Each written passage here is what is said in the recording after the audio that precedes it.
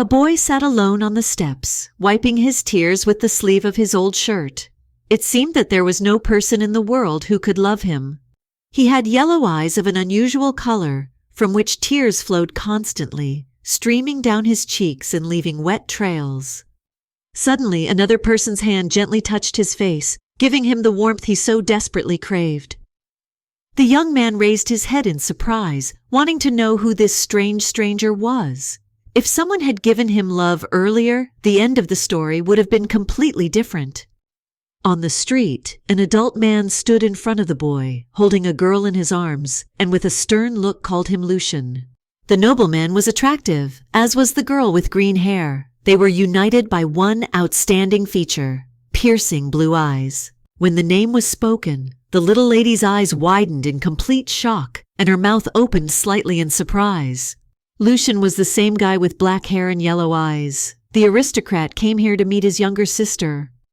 The young lady recognized this guy because she had already seen him in a drawn webtoon that she had read before her rebirth.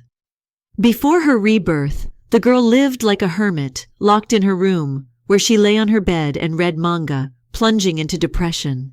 Holding the phone in her hand and immersed in the flickering screen, the recluse remained as if bewitched, not believing her eyes. The cover of the manga featured 3 colorful characters, each with their own personality and eye-catching features. The finale of the webtoon, Another Doll Lives in a Dollhouse, was imbued with deep feeling and tenderness. The beautiful Lucian hugged his loved one, and the roses growing nearby gradually withered. And so, at that moment when she fell asleep, leaving an angry comment, the girl woke up in the body of another person and looked at her new brother with shock. One of the maids carefully combed her long hair, flowing like silk with grace and patience. At this time, other maids with attention and care surrounded the little lady, trying to please her and do everything possible for her comfort. Since the lady was a big fan of novels, it was not difficult for her to look around and realize that she was right in the world of manga. The doors swung open, and a beautiful blonde woman rushed into the room, affectionately calling the girl her baby. Behind her, slowly and deliberately, a man with green hair and red eyes entered. They stood next to their daughter and greeted her with warmth and pride, calling her a real beauty who inherited her appearance from her parents. Soon the girl got used to the new life and fully realized herself in the role of the only daughter of the Count couple, becoming Rachel d'Orlando. Before leaving, Mom and Dad, with a gentle smile and kind words, stood in front of the little girl and asked her to wait while they went on business, promising to return soon. Sitting down on his knees in front of his daughter, the father said with a smile that he could always count on her, that the baby was his pride and support. Throwing herself into the arms of a man, the sweet lady was content with the love that was intended for the real Rachel, wanting only to live a happy life. However, that day was the last, and the sweet couple of lovers had to die in a disaster, leaving their daughter alone in this world. She, crying into her pillow, felt deep loss and loneliness. While the aristocrat was plunged into sadness, her evil uncle took advantage of the situation, seizing power, appropriating the title, and completely taking possession of the family estate. The guy, with sincere compassion and deep respect, expressed his deepest condolences regarding the tragic death of the wife of Count Orlando. I felt doubly sorry for the girl left without parents. Her loss and loneliness were especially touching in this bitter moment. At that moment, the Duke came to the petite lady's house, introducing himself as her godfather, Leon. Being a friend of the father, he took the baby in his arms and promised from that moment on to protect and take care of her, as if he were his own daughter. Together they boarded a luxurious carriage and went to a new home, where a new stage of life and a bright future awaited them. An awkward silence hung between Rachel and the mysterious man sitting opposite her, as if words had lost their meaning in this tense moment. Soon the nobles arrived at a magnificent building that resembled a fairy tale castle with majestic towers and sophisticated architecture. Leon and Rachel got out of the carriage and stopped in front of a huge estate, impressive in its grandeur and grandeur.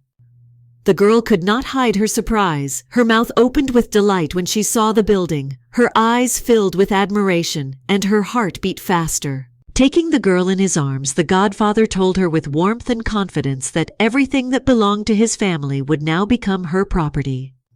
Since the lady was Liam's daughter, he perceived her as his own daughter.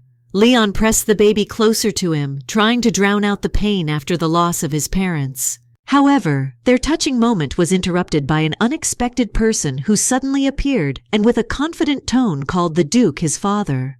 With a serious and wary face, the aristocrat, dressed in his elegant attire, asked his son with what intention he had come at that moment, disrupting such a delicate and important meeting.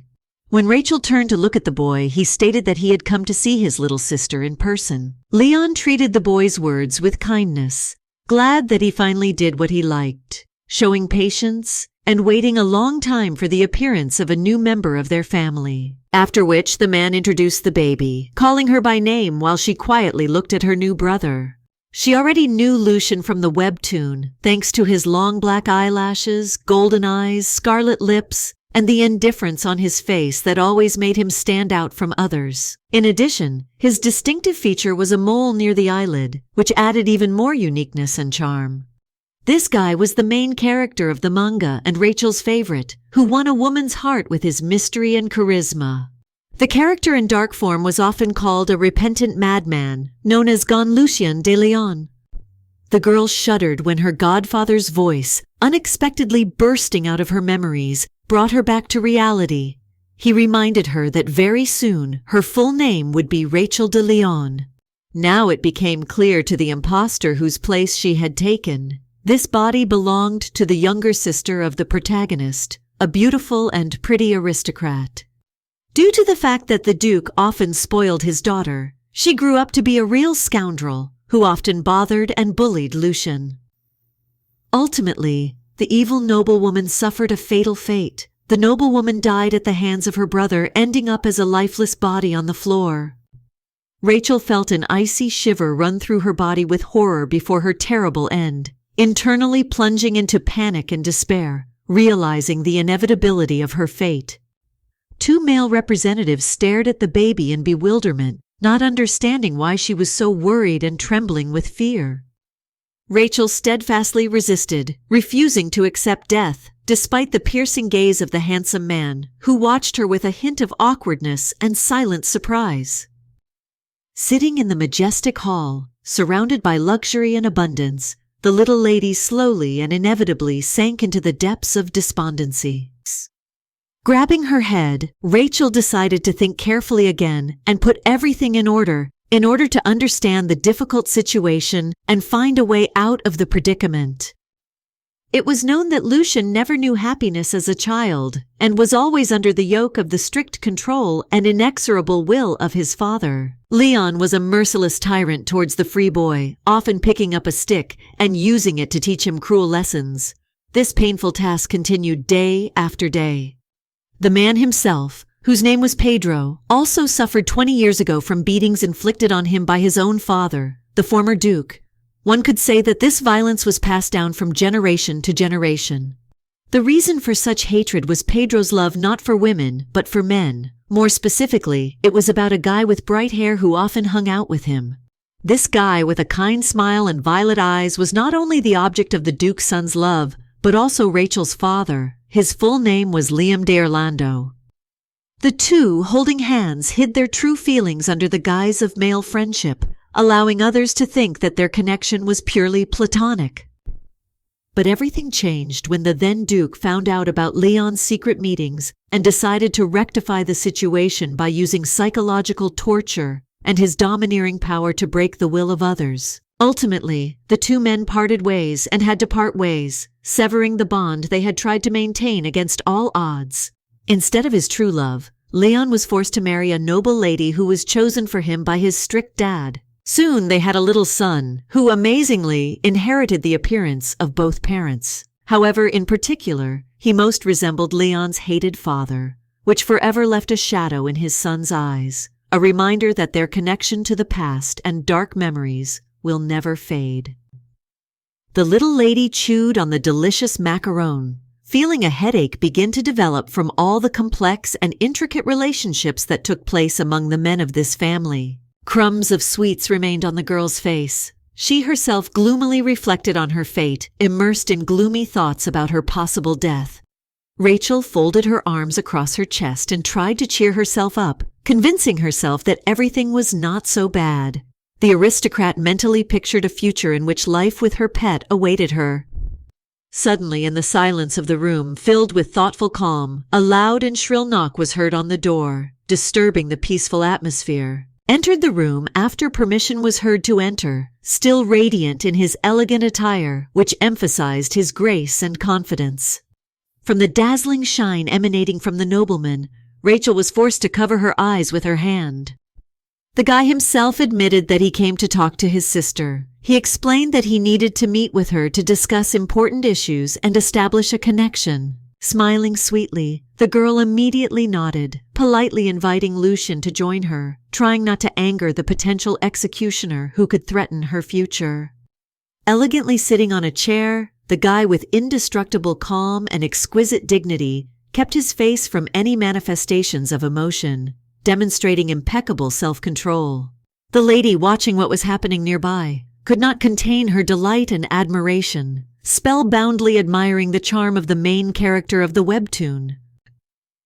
Suddenly another person entered the room, Rachel's personal maid, an elegant and sophisticated woman with her hair tied up in a neat bun on her head. The servant, noticing that the mistress was in the company of the master, immediately froze in place, trying not to violate the unwritten rules of politeness and remain unnoticed. The girl immediately turned to the maid and politely asked for another cup of tea, demonstrating her desire to spend time in a pleasant conversation with her brother. The maid slowed her actions, and Rachel wrinkled her face with a displeased gesture. Lucian, noticing this, said that he would soon leave, not wanting to stay longer than expected. With her head resting on her hand, the little girl explained to the maid that she wanted to spend time with her brother, demonstrating her request with genuine sincerity. The maid, overcome by confusion and internal doubts, carefully turned away. But, overcoming her hesitation, obediently and without further questions, carried out her mistress's order. While the tea was being prepared, the aristocrat offered her cup to the older boy, assuring him that she had not drunk from it, and with a soft smile, she handed the cup over so that he could enjoy the drink. Lucian objected and twisted his head in different directions, saying that he should not drink a sweet drink. Rachel tilted her head to the side in surprise, looked curiously at Lucian, and asked with sincere interest what was the reason for such a restriction. Having received the answer that it was not yet time for a meal, the girl changed her expression with disappointment and horror, reflecting deep disappointment. At that moment, sitting opposite the aristocrat on an easy chair, the girl realized her destiny. All the circumstances and her own feelings came together into a single whole. All it took was a sad look at those thin wrists to understand the importance of what was happening. After all, Lucian looked emaciated, as if skin stretched over bones, never expressed emotions with tears, and it seemed that in such a state he would hardly be able to grow into a strong and healthy man. Without the participation of his younger sister, the mad tyrant will not be able to turn into the magnificent, handsome man that he could become in the manga. The author froze awkwardly, like a squirrel frozen in front of the monitor, when he heard the loud exclamations of his character, who declared that he was not going to put up with the inevitable tragic end, but intended to change his fate. Putting a smile on her face, the lady found out with difficulty from her brother that he lived according to a strictly established daily routine, which brought even more rigor and formality into everyday life. According to the manga, Lucian trained alone every day at dawn, before the sun even rose above the horizon, immersed in his exercises in the silence of the early morning. For food, the growing organism ate only bread and vegetable soup, limiting its diet to the simplest and most affordable dishes. And after training, he went to his strict father, who, despite family ties, did not hesitate to injure his own son, demonstrating cruelty and mercilessness. The reaction of the servants also said a lot about the state of affairs. No one in this house felt any particular sympathy for the boy, and his presence did not evoke any warm attitude among those around him. Therefore, Rachel decided to outwit the future Duke by offering him 2 daily routines. One main one, which was provided for everyday life, and a second one, a backup one in case the first one did not go according to plan. This gave Lucian pause as he was completely unaware of the existence of two different charts. The little lady immediately began to actively gesticulate and persistently convince her relative that life would become much simpler and more convenient. The future Duke had doubts before making a decision and considered it necessary to obtain his father's permission in order to finally approve the chosen course of action. Rachel, with fake, large, and innocent eyes, looked at her pet, trying to convince him that he should ask for approval. In a past life, the girl read original books and could not even imagine that the life of a nobleman would be so similar to a puppet show, full of strictly regulated roles and formalities. Pretending to wipe away her tears with a handkerchief, the aristocrat lamented that now that they were a family, they should spend time together, emphasizing the importance of family ties. Unable to resist his sister's charm, Lucian agreed to try to gain Leon's approval, realizing that this could open the way to the desired changes. Immediately, stopping to feign sadness, Rachel joyfully exclaimed that she would look forward to their meeting, expressing delight and joy at the upcoming event. Peeking out from behind the door, the girl waved goodbye to the boy and said that she really enjoyed spending time with him, expressing gratitude for spending time together. With a dull, deafening crash, the door slammed behind Lucien, who, immersed in his thoughts and worries, went about his business. The nobleman, walking around the estate, was amazed at his naivety, believing that the new sister would turn out to be just a small and stupid girl, carefree weaving her childhood fantasies. However, during the tea party she immediately outlined her rights and responsibilities, clearly defining boundaries and establishing clear rules, which left him completely confused. The upset guy stopped at the window, running his finger along the glass. Unlike her, he was unable to experience even an ounce of love and warmth from his own family, which left him completely alone and sad. Lucian was thinking about how he could successfully combine and implement two completely different daily routines. Before Mr. Madam, she made a request for permission to reintroduce herself as Amber, making an elegant curtsy. The maid's task was not only to assist the hostess in putting on a new, elegant dress, but also to escort her with exquisite and refined care to the dining room, where her new family was waiting for her. In a magnificent pink dress, Rachel, like a flower, walked behind Amber through the luxurious halls, which shimmered with golden lights and exquisite decorations. Mentally, she ordered herself to pull herself together, realizing that many important and urgent matters awaited her, requiring full concentration and responsibility. In the original version, the adult Rachel, with an expression of pity and hopelessness on her face, lay on the cold floor. The maiden felt how life was gradually leaving her body, leaving only emptiness and pain. Also, one of the tasks of the world traveler was to save her pet from self-destruction and the bullying of others in order to restore hope and peace to him. First of all, it was necessary to change the feelings of the Duke, a strict and callous father, in order to soften the cruelty and teach him to show compassion and understanding. In addition, the girl did not know whether Lucian's mother, the Duchess, was going to attend the dinner, which added uncertainty to her plans. This woman's name was Camilla de Leon. She was middle-aged, with blonde hair and expressionless, empty eyes that did not reveal her true feelings. As far as was known, the noblewoman suffered from depression, spending time in her room by the window and not leaving her refuge, immersed in the darkness of her thoughts. The woman seemed to completely ignore or deliberately pretend not to notice the humiliation and abuse that her own negligent son endured, preferring to remain on the sidelines. Rachel sighed heavily, expressing her disdain for the Lucian family, whom she called lousy and blamed for mental health problems, not hiding her displeasure and irritation. Amber stopped and informed the little lady that they had arrived, while noticing that something was wrong with the aristocrat. The lady's behavior showed signs of anxiety or discomfort.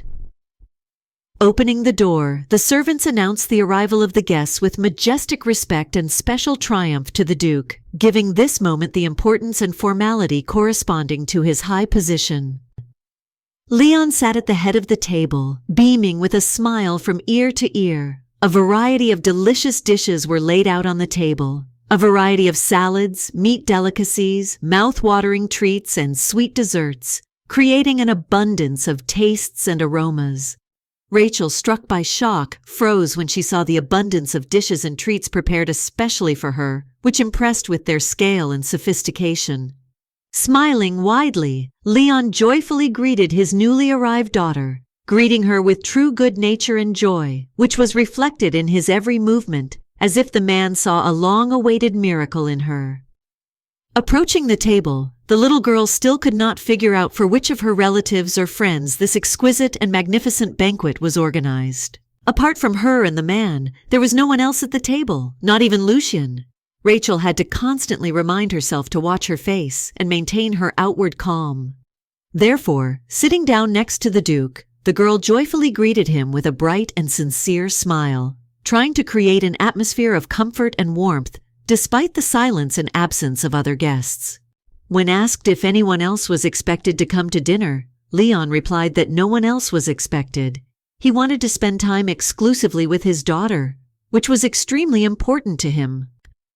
With slight embarrassment and internal tension, Rachel expressed her gratitude to the aristocrat for his favor while carefully hiding her excitement and awkwardness. During this time, Lucien, completely alone, trained diligently, striking the enemy doll and honing his fighting skills, striving to achieve perfection in each technique. Feeling that something was wrong in the situation and that Leon's love should belong to his son, the little girl took the napkin in her hands and, with obvious excitement, asked the Duke for permission to ask a question. The Duke smiled, believing that any question could be expected, and stared at the girl attentively, ready to answer all doubts and queries. With anxiety and excitement on her face, Rachel, in a trembling voice, asked if the man really had serious intentions of adopting the baby. The aristocrat did not hesitate to confirm her fears, explaining that it was his duty as godfather to become the guardian of his best friend's daughter, as he felt obligated to fulfill this important role. Lowering her head, the little girl was amazed at the sincere intentions of the Duke, who, despite his status and severity, was ready to so quickly and selflessly accept a stranger into his family. The little girl's next question was why her older brother was absent during the meal, and what could have caused his absence at this important moment of the family meeting. The Duke immediately felt uncomfortable with his daughter's pleading and sad look, but he still tried to justify himself, explaining that Lucien had his own daily routine. But Rachel had no intention of backing down. With a dazzling smile sparkling in her eyes, she urgently asked the new dad if Lucien could change his plans and join the family for dinner. It was quite impudent of her, but instead of anger or objections, Leon simply smiled back and said that he would do whatever his baby wanted. The man ordered the servant to immediately take the careless child to the dining room, demanding that this be done as soon as possible in order to correct the situation and put everyone in order. Smiling happily, Rachel thanked her godfather again for his understanding and willingness to arrange a meeting, despite all the difficulties and misunderstandings. Approaching the little lady, the Duke said how remarkably similar she was to her father, noting the similarity in features and manners. The aristocrat saw in her his old friend and lover, who had left this world quite recently. The girl's resemblance to him was so striking that it caused him deep nostalgia and pain from loss. They froze in complete shock, unable to believe their ears when the arrival of Mr. Lucien was announced. This news came like a bolt from the blue. The boy entered the room, attracting attention with his unearthly appearance. As always, he was dressed impeccably and showed a serious, concentrated expression on his face. Rachel, seeing her older brother, immediately went to him. The boy sat down opposite her, also placing himself next to his so-called father, and took a seat at the table, as it should be in such a situation. Having tasted the aromatic dish from the menu, Rachel immediately asked her brother to try this treat and enjoy its taste, sharing with him the pleasure of this delicious dish. Lucien silently watched the other family members, obeying their orders and not interfering with what was happening. There was a jealousy in his golden eyes, invisible to those around him, but evident in the intense gaze and subtle changes in his facial expression that gave his demeanor a dark atmosphere.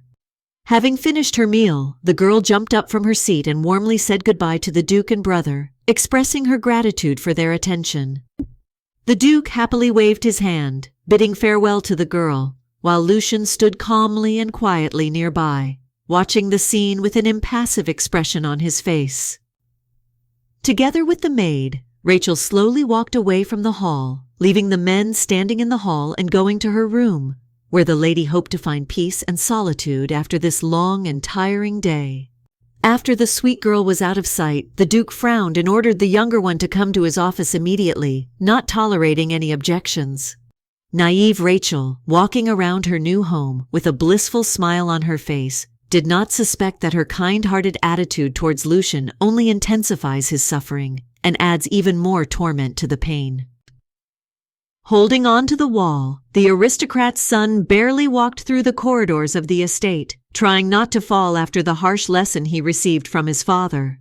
Instead of recognizing his own child, Leon called the stupid boy to his place to punish him for his willful intrusion into his daughter's room.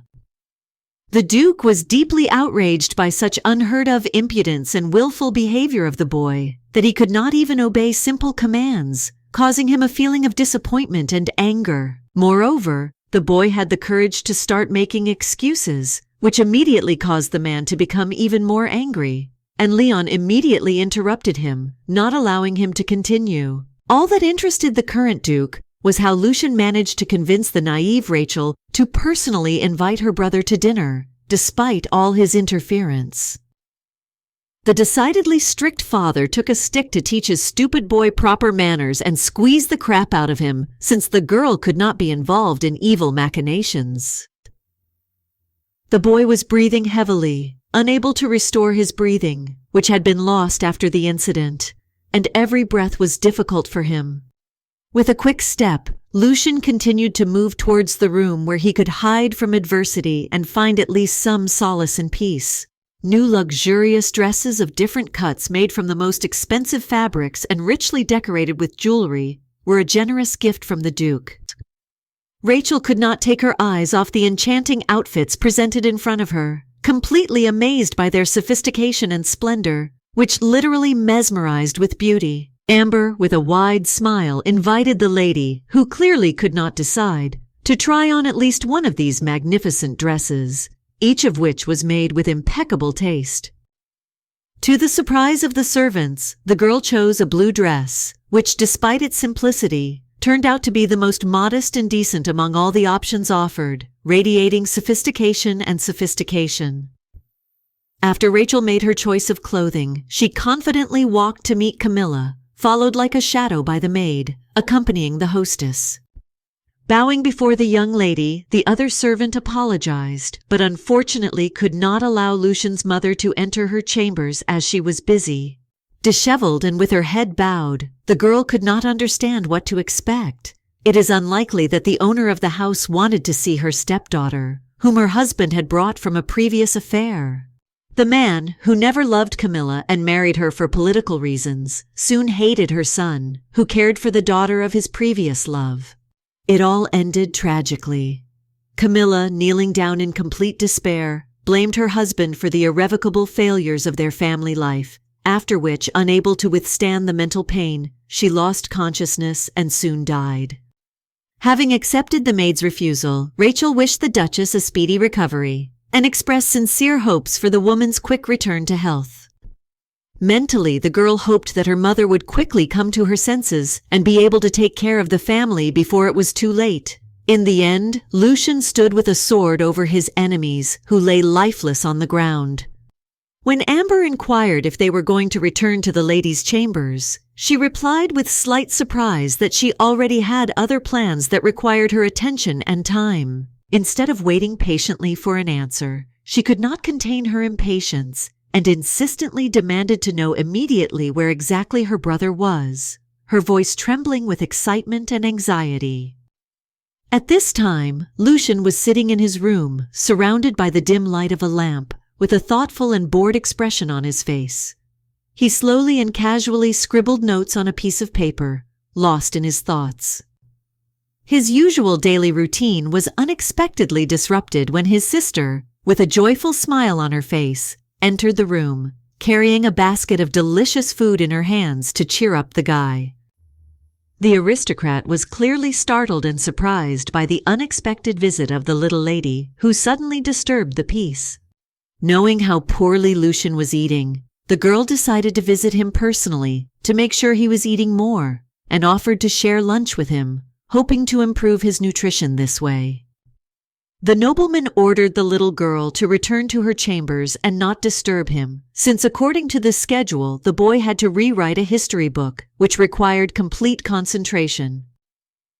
When asked about the two schedules, Lucian rudely replied that his father insisted on maintaining a basic routine and following orders without any exceptions.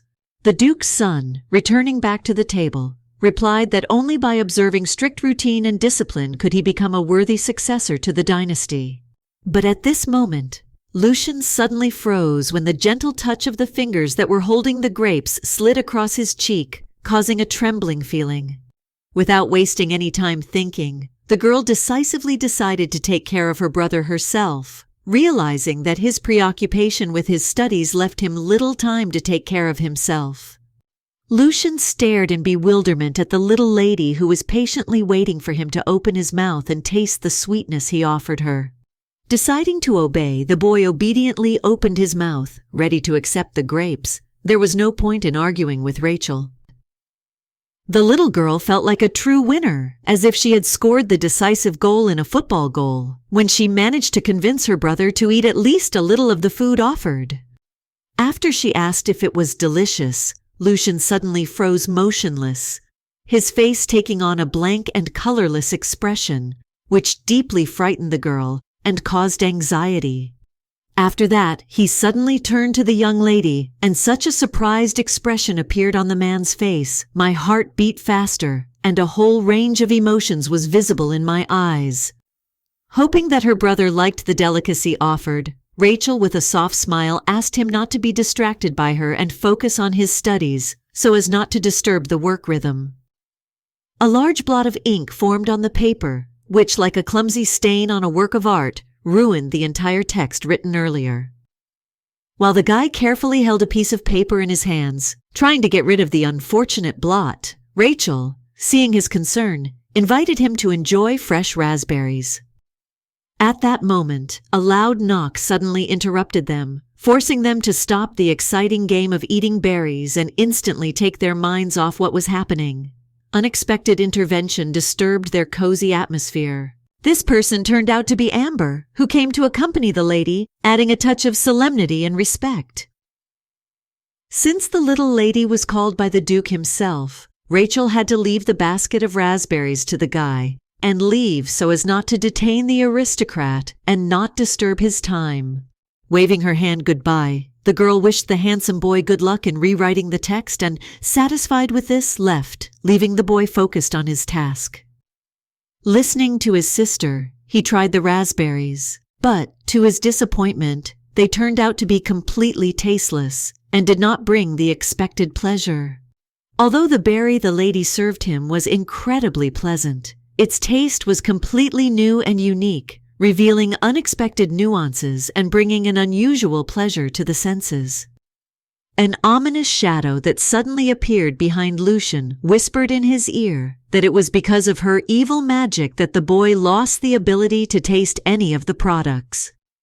In a cold voice, the guy ordered the evil not to interfere in the conversation anymore, making it clear that he did not want any continuation of this unpleasant interaction. A whole month has passed since Rachel began living in a luxurious mansion, taking on the role of the official daughter of the Duke. During this time, the lady got used to her new surroundings. When the little girl came to visit the Duchess, the servants again refused her visit, citing the mistress's illness, which clearly created new barriers to their communication. The Duke still remained good-natured and merciful towards her, without changing his previous attitude and showing constant warmth and attention. Lucian continued to train with the sword as diligently as before, never lessening his dedication and pursuit of excellence in the art of swordsmanship. Noticing that someone had joined him, the guy froze in place and turned towards the intruder, ready to greet the new participant in the training with alertness and attention. Frightened and with obvious tension, the boy recoiled from his sister, who came again to feed her stupid brother with a kind smile. Turning away from the little lady, he warned the little one not to approach during training, so as not to interfere with his concentration on the exercise. Moreover, Lucian could have accidentally hit her. The girl immediately apologized for her interference and suggested taking a break to rest on a bench after intense physical exercise. Realizing that it was useless to resist, the guy agreed to take a break and sat down next to his sister to rest and regain strength. The same one began to take something out of the large box that she had brought with her.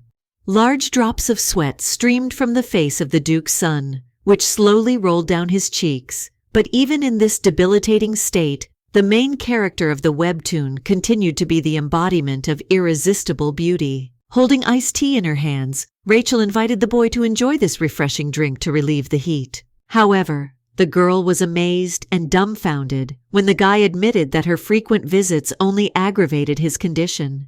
This made it difficult for him to follow his schedule. Rachel, determined, tirelessly sought a meeting with the guy for several months. She found an aristocrat in every familiar place, trying to find a moment for communication. Most likely the girl managed to tire of the handsome man who silently watched her with his golden eyes, showing neither emotion nor interest. Realizing that the cause of the problem was that her appointments were not included in the schedule, the girl lowered her head sadly. The boy, noticing her depressed state, objected. Slowly he realized that the problem was really the routine of the day, and not the reluctance to see his little sister. Rachel was especially pleased to hear how sincerely she cared about her feelings. Such warm and sincere care penetrated the depths of her soul, warming her fragile heart and giving her a feeling of security and tenderness. The solution to the problem turned out to be simple. The girl suggested simply including herself in her brother's schedule so that they could find time to communicate without unnecessary difficulties. Not understanding what exactly was meant, Lucian, staring at the little girl in bewilderment, asked her with obvious surprise what exactly she meant, hoping to clarify this confusing situation. The guy decided not to miss his sister's efforts and try the iced tea that she so carefully prepared, realizing that such care deserves attention and recognition. While thinking, the boy explained that if he included his sister in his schedule, she would have to accompany him all day, which could be difficult and inconvenient for both parties. Embarrassed, the little lady covered her mouth with her hands, and her blue eyes lit up at such an incredible opportunity to be with her brother all day. Approaching Lucian, the girl with trepidation in her voice asked for some free time to spend with her. Having fussed, the nobleman said that first he would like to ask his father about his opinion on this issue in order to be sure of the correctness of his decision. To this answer, Rachel smiled and said that everything was fine. She did not want to cause even more difficulties for her brother, who was already having big problems with the Duke. Sitting next to his dear sister, the guy still promised her that he would definitely ask Dad's permission in the near future. These words caused genuine joy in the baby. She smiled widely and then burst into loud, ringing laughter, filled with happiness and delight, unable to contain her emotions. Rising from her seat, the girl began to dance cheerfully and spin around herself, expressing her joy through graceful movements. Suddenly, the meeting between sister and brother was unexpectedly interrupted by Leon, who entered the room accompanied by Amber. He greeted his daughter warmly and sweetly. Ignoring his son's presence and gently stroking Rachel's head, the man informed her with a warm smile that the dress was finally ready. The man offered to go and try on a new outfit. Lucian could only dream of how, when he completed his training program, his father would come up to him, hug him, and tell him how proud he was of him, expressing his pride and admiration for his son's achievements. The boy's thoughts were interrupted by the sound of a farewell wave from Rachel, who turned around and waved her hand to her brother, expressing her tenderness and warm feelings. However, instead of answering "bye," The guy remained standing in place and silently watching his sister leave, immersed in his thoughts and feelings. The Duke sternly ordered his son to enter his office, emphasizing the seriousness of his intentions and the urgent need for immediate execution of the order, in order to show the importance and urgency of this demand. The man was furious at the boy's behavior, not understanding why he continued to act stupidly and recklessly, despite all the warnings and advice. The boy had no answer to the question of why Rachel sought to meet with him so often, and he was left confused, not understanding the reasons for her persistence. From the look of the amber eyes, the Duke shuddered, feeling how the same empty gaze of his father involuntarily returned to him in his memories, causing heavy feelings in his soul. It was this vile person who separated the couple in love, and perhaps Leon and Liam would have remained together if it had not been for the intervention of others who destroyed their happiness. Pedro simply could not allow Lucian, who resembles his grandfather, to spend time with sweet Rachel. This prospect was disturbing and deeply dissatisfying. Loudly and with obvious irritation, the aristocrat called his son disgusting, which caused the boy deep pain. In an attempt to justify himself, the guy said that he would not even dare to think about spoiling his innocent sister. Leon ordered his offspring not to meet with the girl again, even if she herself wanted to continue communication, emphasizing his determination and strict approach to this issue. After leaving his parents' room, Lucian sadly lowered his gaze. The truth was that he was truly jealous of the lady, but he never wanted to use her for his own purposes. Staggering and heading towards his room, the boy thought about what he should do now, so that his father would notice his efforts and appreciate his efforts. An evil voice insistently insisted that he should stop his efforts and allow darkness to consume the soul of the future Duke, pushing him to thoughts of hopelessness and resignation. In the depths of his soul, the boy was forced to admit to himself that in the eyes of his parents he would forever remain only a shadow, unable to occupy a significant place in their lives. It was extremely tempting to listen to the voice that offered relief from painful trials and suffering, providing a tempting opportunity to escape from all difficulties. But before Lucian gave permission for evil to take over his body, he was distracted by the ringing voice of his sister, who suddenly appeared in front of him, interrupting the darkness of his thoughts and filling his heart with unexpected light. The boy stared at the baby in surprise, unable to understand what she was doing here and why she appeared at that moment. Leaning forward, the girl asked if her brother still had anything to do or if he had already taken a break, wondering if they could spend time together. Smiling, Rachel promised that she would not interfere and would try not to distract her brother from his affairs so that he could calmly finish his studies and focus on important tasks. She just wanted to accompany her relative to his room and nothing more, to make sure that the guy gets to his destination safely and without unnecessary difficulties. Their hands met and intertwined, creating a strong and warm connection, filled with mutual understanding and tenderness that reminded them of a deep emotional and spiritual unity, strengthening their relationship. Lucian tightened his grip on Rachel's hand, feeling their hands clasp tightly. Yet there was one person in this house who noticed him, and to whom the boy was not indifferent. The aristocrat opened her mouth in surprise when her brother showed affection to her for the first time, unexpectedly and touchingly, showing his warm affection, which had previously seemed unattainable. Pointing her finger forward, Rachel urgently urged Lucian to move faster. There was nothing left to do but obey the request of his dear sister, and he obediently followed her. Walking along the corridor with the boy, the petite lady could not hide her happiness, enjoying this sweet walk with her favorite character. The girl turned to the guy and asked if he had a rewrite of the story on schedule, to which he agreed and confirmed. Very upset, Rachel, barely holding back her tears, realized that they had almost reached the door of the Duke's son's room, and this realization only intensified her inner excitement and sadness. Holding her brother's hand and barely holding back tears, the girl admitted that she was no longer able to continue the journey because her legs hurt so much and refused to obey. Looking pleadingly at Lucian and sparkling with sad eyes, Rachel put on the most sad expression on her face, asking them to stop. The girl already thought that the aristocrat would leave her, but instead he knelt down. It turned out that the guy came up with a brilliant solution. He offered to carry the baby on his back. She hugged her favorite webtoon character and hugged him tightly, not believing her luck and feeling her heart overflow with joy. Carefully, trying not to disturb his peace, the girl carefully slid off Lucian's back, who knelt down, showing amazing patience and attentiveness to her needs. With a smile on her face, the lady warmly thanked the guy for his invaluable help and sincere kindness, expressing deep gratitude for his thoughtfulness and generosity. He just silently nodded in response and gently asked the girl to rest, demonstrating his care and attention.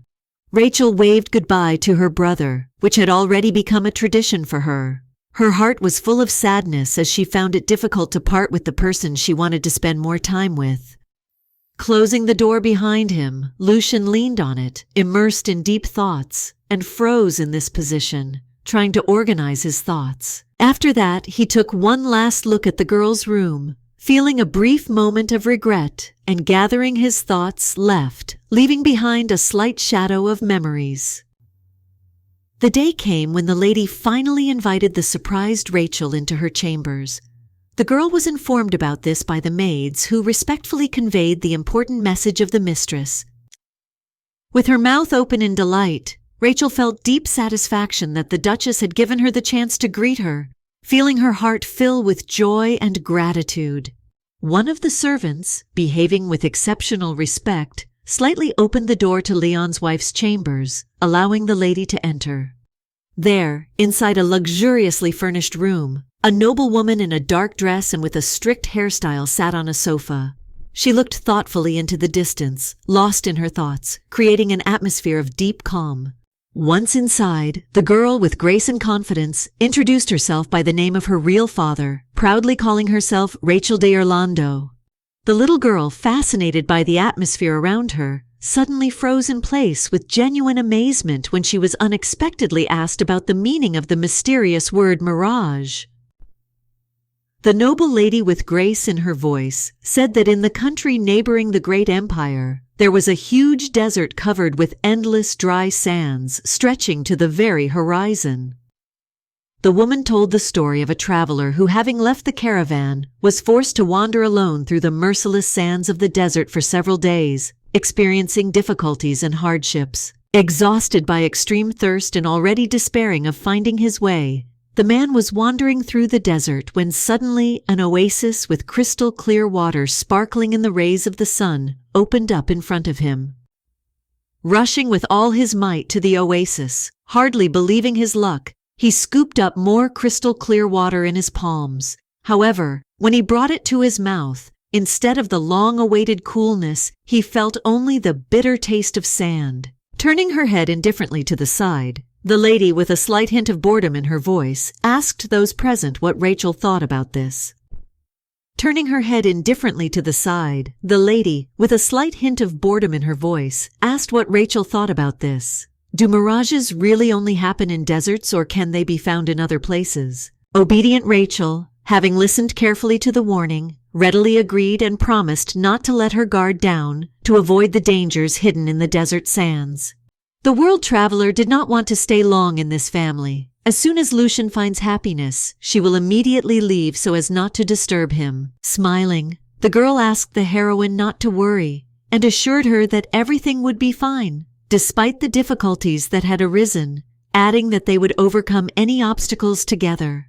Rachel will leave unnoticed as soon as the Duke finally finds true happiness and plunges into deep feelings with another aristocrat who will become his chosen one. The strong hand held the sword confidently and firmly, swinging it with dexterity and power, creating an impressive, spectacular effect. It was Lucian who, tired and exhausted after a long and grueling workout, was wiping the sweat from his brow. The muscles were still trembling from overexertion, and breathing was heavy and intermittent, filling the surrounding space. From the side, it seemed to him that his younger sister was quickly running towards him. Her face shone with a joyful smile, and her hands waved cheerfully, like the wings of a bird in flight, expressing genuine happiness from the meeting. The boy was deeply uneasy because the little lady who always came at this time was late today. He could not get rid of disturbing thoughts. An evil voice coming from behind whispered into the tired Duke's ear, questioning his expectations. The darkness could not believe that he truly believed in the permanent return of this child. The villain continued to whisper, sowing doubts in the guy's mind, claiming that that little girl could take his place because of the Duke's excessive love, which was clear evidence of injustice. When the meeting with the noble young lady ended, Rachel, completely exhausted from fatigue and emotional stress, left her chambers, barely moving her legs. Suddenly the girl's thoughts were interrupted by a man who, showing sincere concern, asked whether the meeting with Leon's wife was successful. It was a butler with a stern face and a stern look, who conveyed that Pedro was eagerly awaiting the arrival of his daughter, preparing for her arrival. With her head tilted to the side and her brow furrowed, the little girl tried to understand what the reason for such an expectation was, trying to decipher the reason for her father's excitement.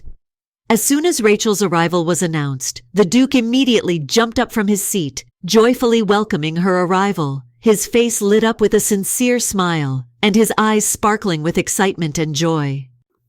With a smile on his face, Pedro invited the little lady to go for a walk together, hoping to spend time with her and enjoy the fresh air.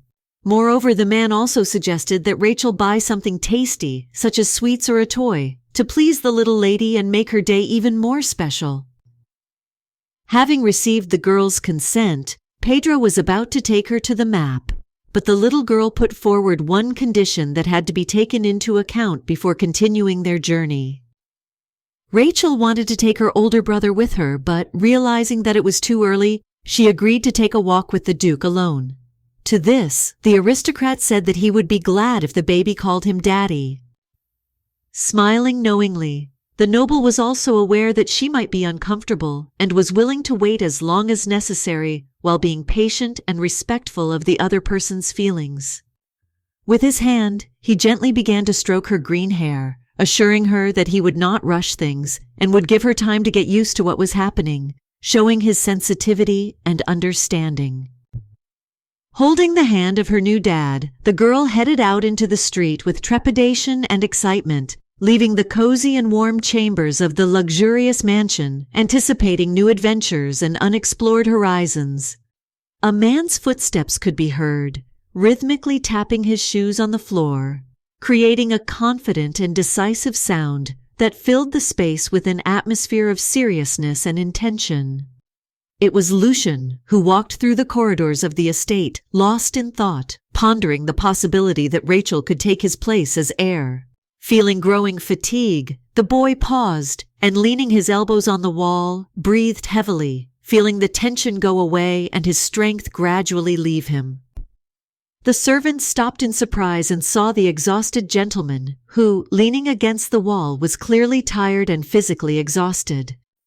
After looking at each other, they silently came to a common decision that in such a situation they should act carefully and not interfere, realizing that their help could only make the situation worse. Instead of offering help, they silently walked by, ignored the Duke's son who was panting heavily, and continued their business, remaining calm. Lucian could no longer withstand the stress and fatigue. His legs weakened, and he collapsed on the cold floor, completely losing the last of his strength, feeling his body giving in under the weight of powerlessness and exhaustion. Suddenly, there was a loud scream, and a girl with green hair ran up to the boy. Her eyes showed deep concern for her brother, and she anxiously tried to understand what had happened. At that moment, for the guy, Rachel seemed like a ray of sunshine, an angel who came to save his sinful soul. And so, walking along the long corridors of the majestic estate, the aristocrat became more and more convinced with each step that this girl was completely unique, possessing unique features. Lucian stopped in his tracks as the voice of darkness in his mind began to call him pathetic and predict that he would lose everything because of a stupid girl. A rich carriage rode through the streets of an empty city, its wheels grinding on the cobblestones, and its horses rushed along the deserted roads with loud clattering hooves. A beautiful, elegant figurine with swans and a ballerina, made in blue, stood exquisitely in the display case, attracting admiring glances with its exquisite detailing. Rachel could not take her eyes off such beauty. Her eyes were mesmerized by the exquisite work of art that appeared in its full splendor. The Duke's hands were placed on the girl's shoulders, who gently asked if she liked something in the store, carefully waiting for her answer and expressing sincere concern. Without hesitation, Pedro told the owner of the establishment that he was purchasing absolutely everything that was inside, demonstrating determination and readiness to purchase the entire assortment. The servants lifted the heavy boxes and carried them into the carriage, trying to do it quickly and carefully so as not to slow down the loading process or damage the contents. With such a father, Rachel could easily live in the future in wealth, enjoying all the benefits of a luxurious life and not knowing either need or deprivation. The girl began to persistently convince Leon that it was not worth spending so much money on purchases, and that all this was quite enough to satisfy all the needs and desires. With a smile, the aristocrat suggested that instead of further shopping, they go and have a bite of something delicious from the menu, enjoying a pleasant time with their daughter. There was a vase with a flower on the windowsill, and a light curtain that protected it from the wind fluttered smoothly, adding coziness to the atmosphere of the room.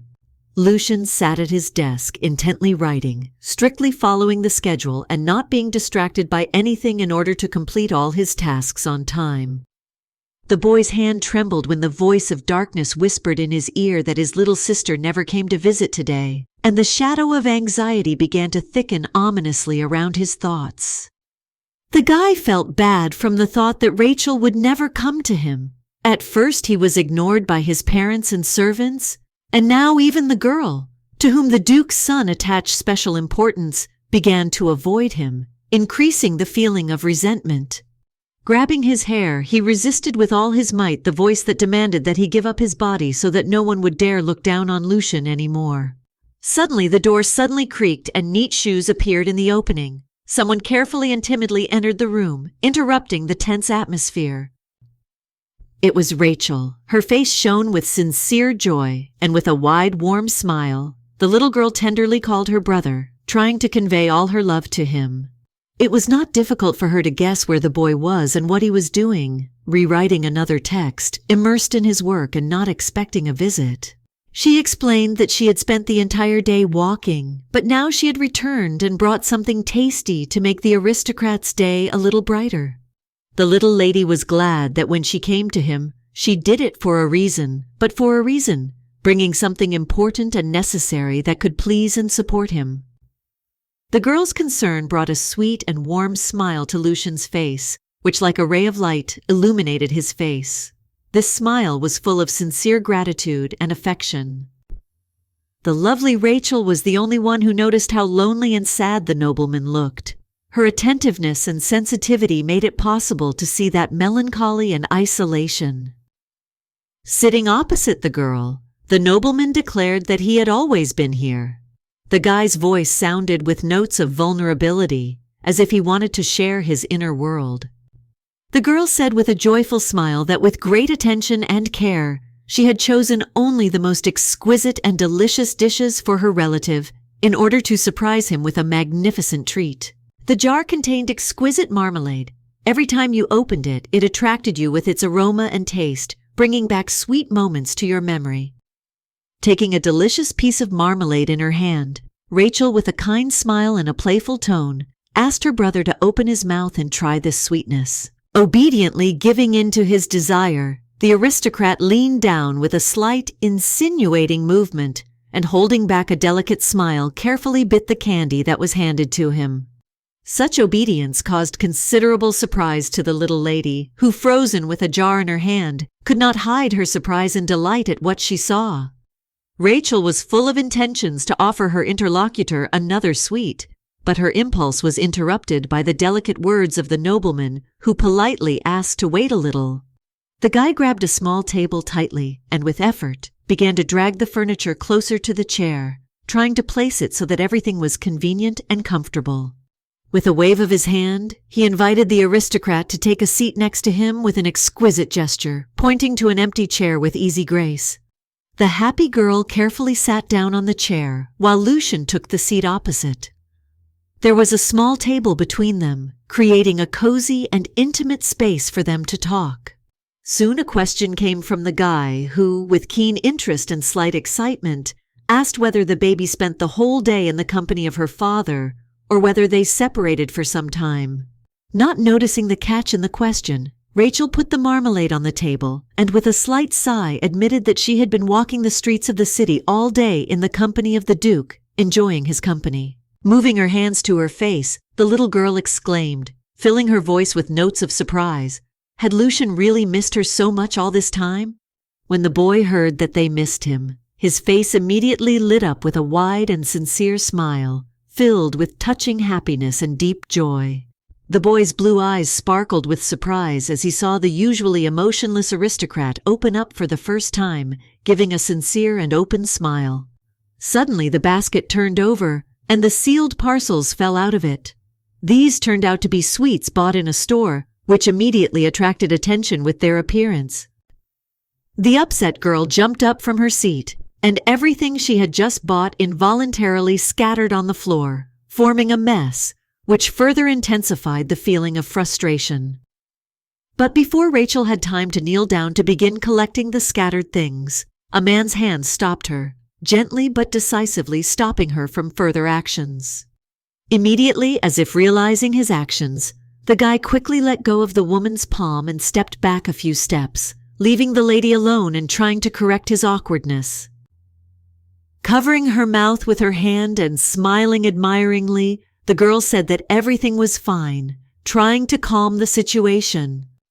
When the Duke's son began to collect the scattered parcels, Rachel immediately rushed to his aid, trying to simplify the process and speed up the restoration of order. Unfortunately, once the cakes dropped, they were completely ruined. The berries scattered on the floor, the cream smeared across the surface, and the dough crumbled into inedible pieces. Disappointed, the girl lowered her head and fell to her knees in front of the ruined sweets, unable to contain her disappointment at the mess she saw. The older brother's soothing hand gently rested on Rachel's, and he told her it was okay, trying to calm and soothe her upset feelings. Smiling, the guy expressed deep gratitude to the lady for her efforts and the cakes provided, emphasizing how much he appreciated the effort and attention. The embarrassed aristocrat, blushing slightly, said the word please and added that all this was nonsense, trying to minimize the significance of what happened. The man promised that he would definitely get permission from his father, which made a strong impression on Rachel and surprised her, as it showed his respect.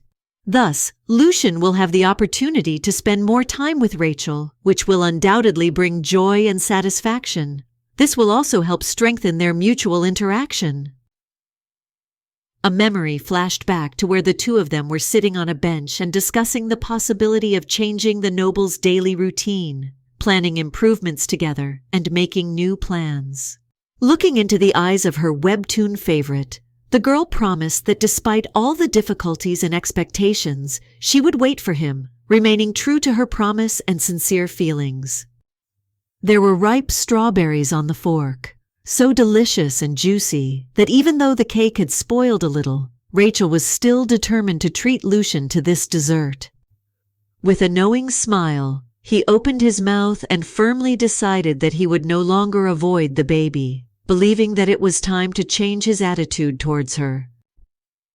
When night fell, the moon and stars began to brightly illuminate the huge estate. Their light enveloped everything around in a mesmerizing and mystical glow, turning the evening into something magical and enchanting. Sitting on a chair, Rachel could not get rid of the haunting memory of the sweet expression on the face of the main character of the story, which continued to appear before her eyes. Suddenly, as she searched everywhere for answers, an insight came to her, illuminating her thoughts and bringing clarity to the confusion that surrounded the girl. Rachel was determined to see Lucian have a happy life with Noah, his lover, and was willing to do whatever it took to help them be together. In the novel, the lovers met a tragic end due to a deep misunderstanding that led to a chain of events that destroyed their relationship and dreams of a future together. Several other minor characters who also had feelings for Noah only furthered their conflict, making the situation even more difficult. Using her fingers, the lady began to count her age, which was 10 years, and the age of her half-brother, who was 15, trying to understand the difference between them. There was very little time left, since the main story of the webtoon had already begun, and every moment was important in order not to miss key events. Very soon, the main supporting character, Oscar, was supposed to appear, becoming a symbol of the couple's separation. He was a white-haired guy with eyes as red as roses, which gave him a mysterious and gloomy look.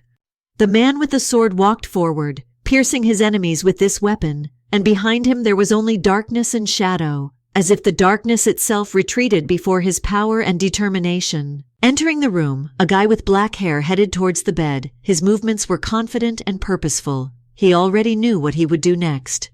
Stopping in front of the white sheets, the aristocrat held the sword in his hands with determination, not intending to sheath it.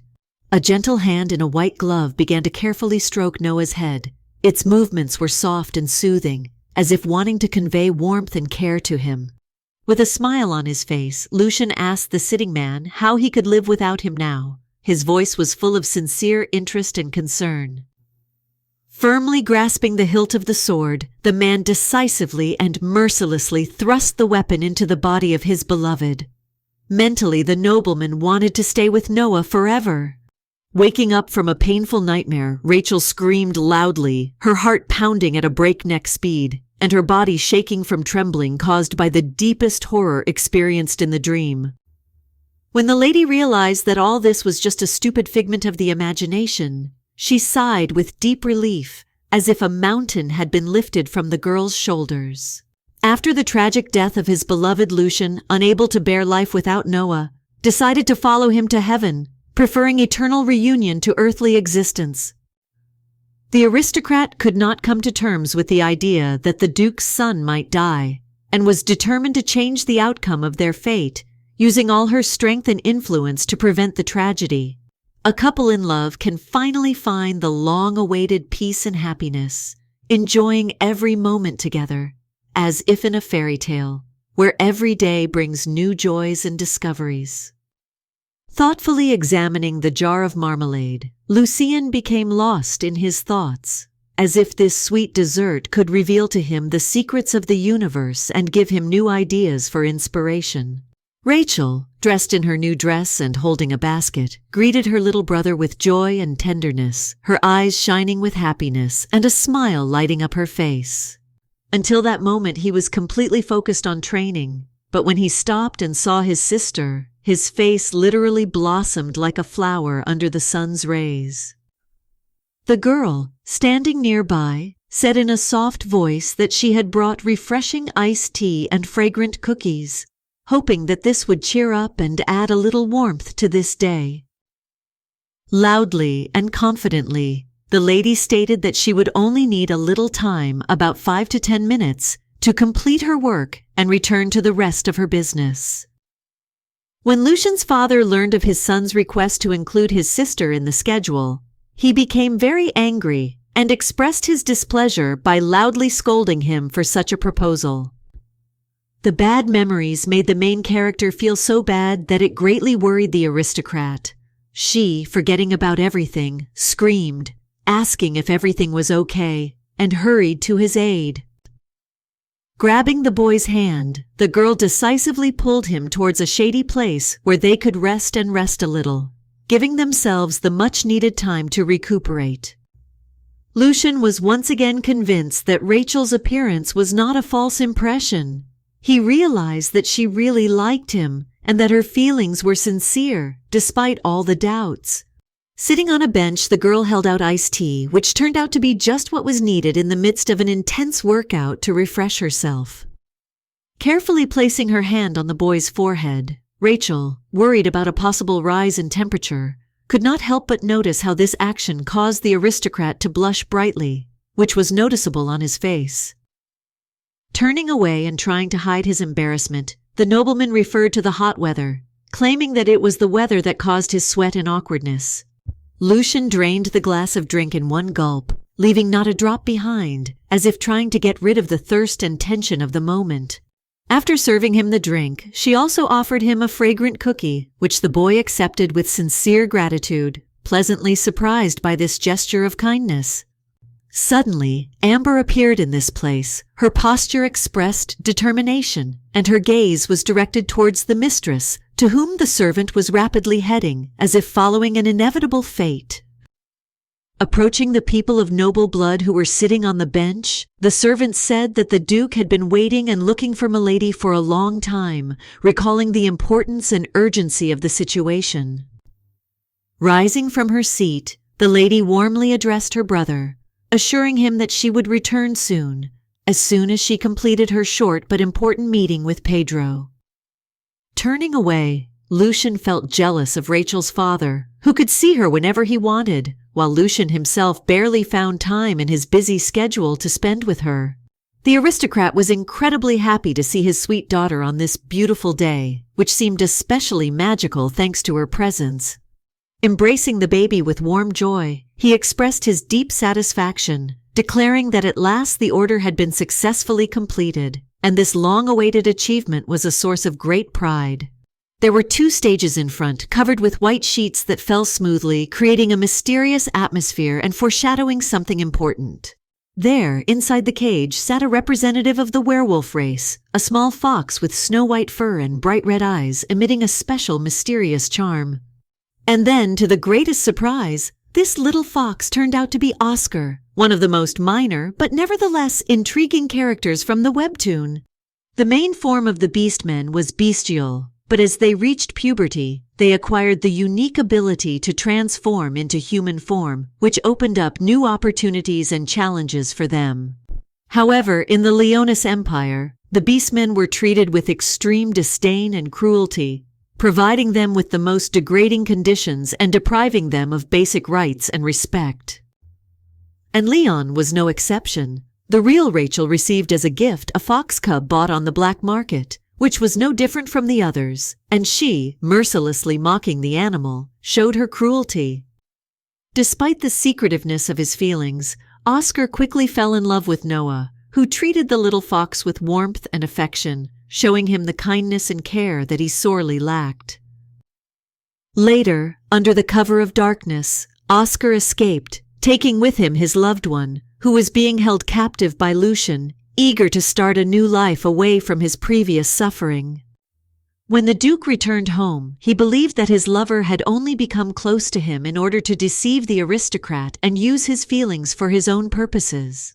And soon Noah was locked up again. Freedom was once again limited, and hopes for liberation were eclipsed by difficult realities. Thus, the man became the personal doll of the rude Duke, who locked his toy in a room where not a single ray of light fell, leaving him completely alone and in darkness. Unable to withstand the suffering, Noah drank poison and calmly left this world, choosing the last path to liberation from torment.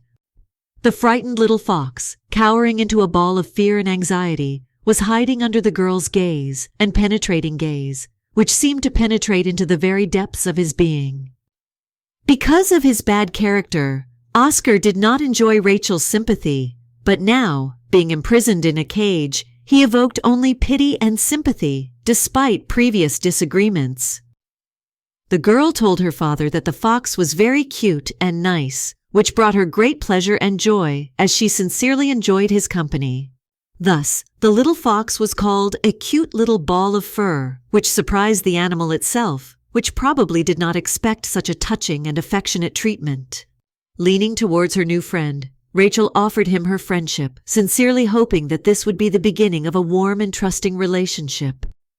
At that moment, the Duke reminded her of the second gift, which was still waiting for her under the sheet, giving the situation an atmosphere of mystery and intrigue, as if promising something special and unforgettable. There, inside a cage, sat a magnificent falcon that could be used for hunting, radiating grace and strength, ready to become a faithful companion on the battlefield. In shock, the little lady opened her mouth in delight. Her eyes widened in admiration when she saw the falcon, and her heart began to beat faster in joyful surprise.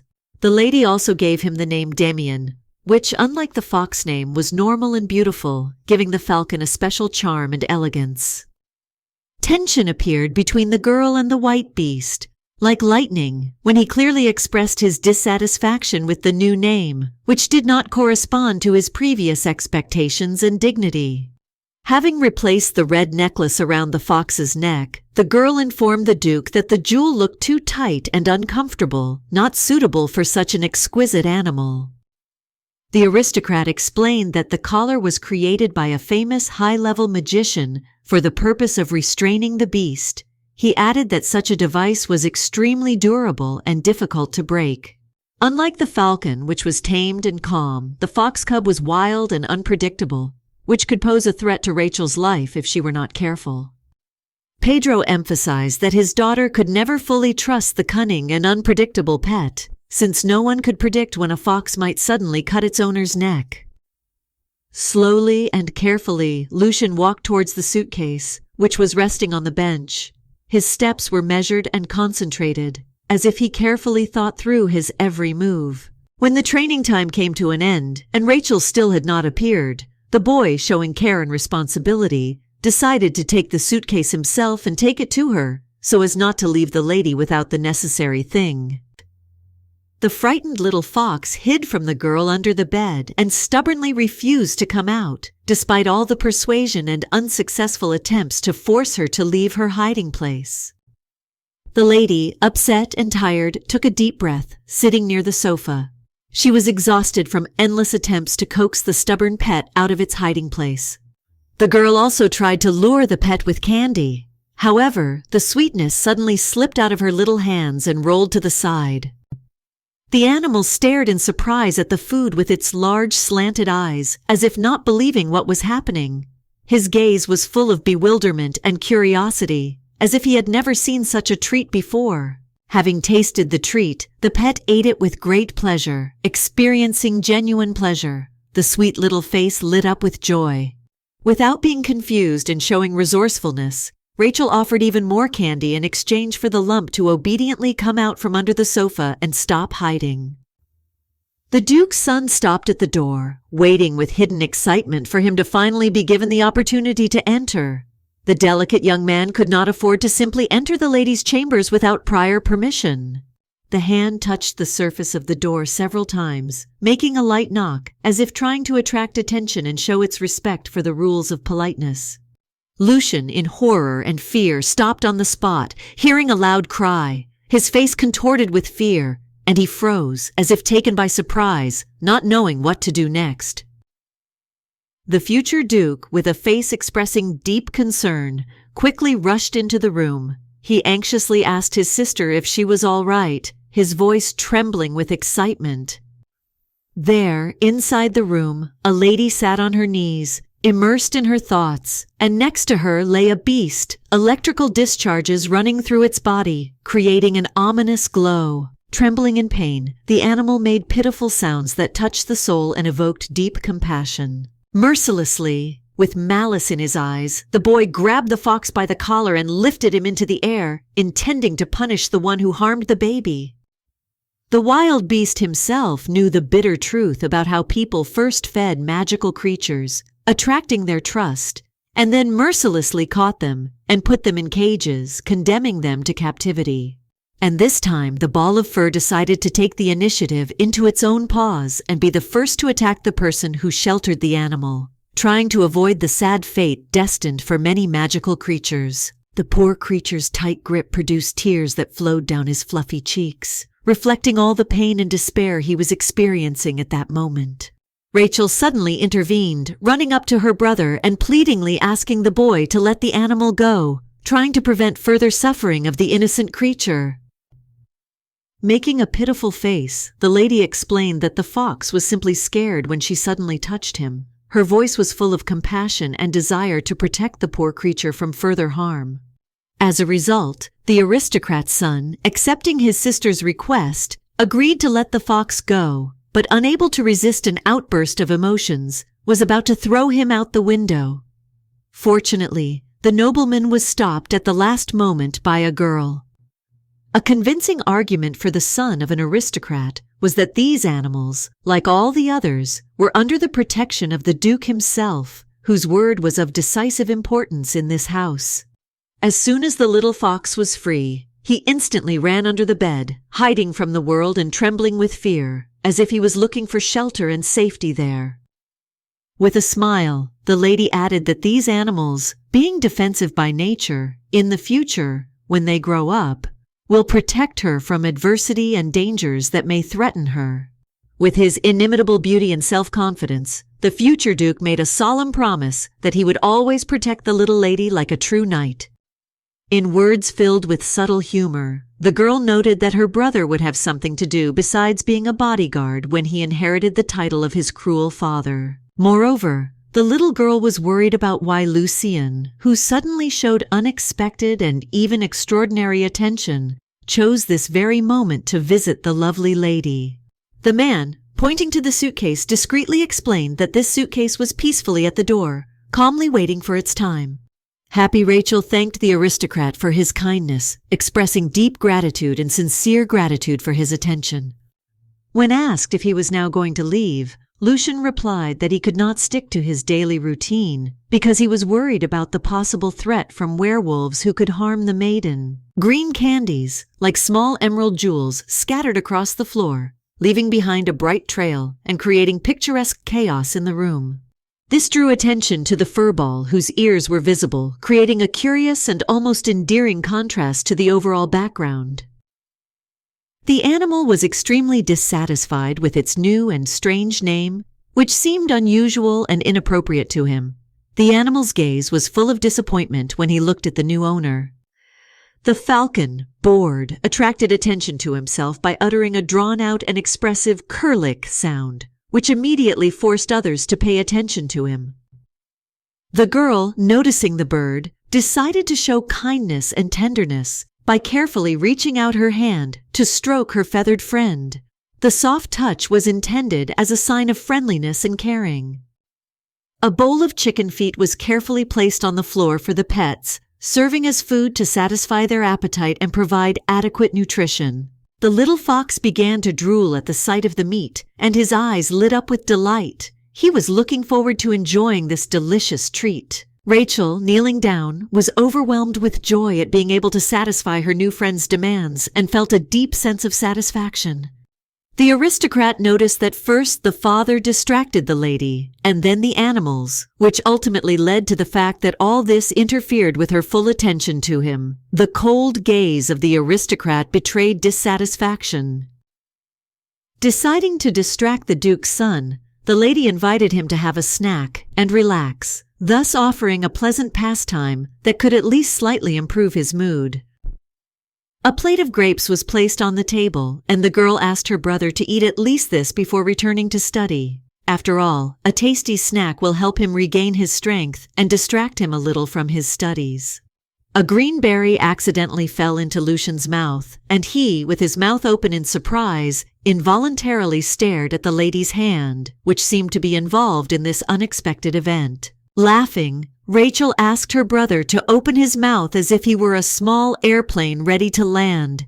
She tried to make the eating experience more fun and playful to cheer him up. The obedient boy opened his mouth and, sitting on the sofa, enjoyed every moment, enjoying the playful mood and attention of his sister. Dressed in comfortable walking clothes, Rachel stood in front of her pets, holding a plate of treats in her hand. Her attention was focused on the cute creatures. In preparation for the competition, they stood up, full of determination and desire to get ahead of each other. Each of them was determined to win, and the tension was palpable in the air. The plate was carelessly thrown to the side, and the animals immediately rushed towards it, each of them trying to be the first to get to the toy. With sharp claws, the bird deftly grabbed the circle, instantly fixing it in its grasping paws, as if demonstrating its dexterity and skill. Proudly, Rachel proclaimed that Demian had won the competition. The voice was full of pride and satisfaction from achieving his well-deserved success. As a reward, the animals were given candy, which became a symbol of their success and efforts. Each of them, having received their sweet share, was glad and happy, feeling recognition of their efforts. Suddenly, they were joined by Lucian, who, showing obvious indifference, carefully observed the girl's interaction with the animals. Noticing that her brother had approached, the lady turned to him and greeted him warmly. The woman's face lit up with a kind smile, reflecting the joy of his presence. With a smile on her face, Rachel invited the aristocrat to try his hand at training the animals, inviting him to join in the exciting activity. Seeing their favorite toy in a person's hand, the animals immediately prepared to run away. Their eyes lit up with excitement, and they began to fidget nervously, waiting for the moment when they could rush for the treasured thing. With one swing, Lucian threw the plate so far that it quickly soared into the air and disappeared among the clouds, leaving only a trail in the sky and the surprised glances of those around him. At the same moment, the pets quickly rushed for the plate, competing with each other. Each of the animals tried their best to get ahead of the other in this exciting race. Having gotten rid of his competitors, the boy invited the girl to move into the shade. He carefully suggested that she take a break in a quiet place to regain her strength. Sitting down on a bench, the girl began to tell the janitor about the bird and the fox, never ceasing to chat about their hobbies and funny habits. She described in detail their habits, interests, and all the little things. But Rachel was soon interrupted by the cold voice of her brother, who informed her that the lady was with him at the moment and she should focus on communicating with him and not on endless stories about pets. The girl stared in surprise at her brother, who froze mid-sentence, and her gaze was full of misunderstanding and bewilderment that he suddenly stopped speaking. But then their conversation was interrupted by the fox, who was rushing with a disc in his teeth, attracting the attention of everyone around with his swift running and playful mood.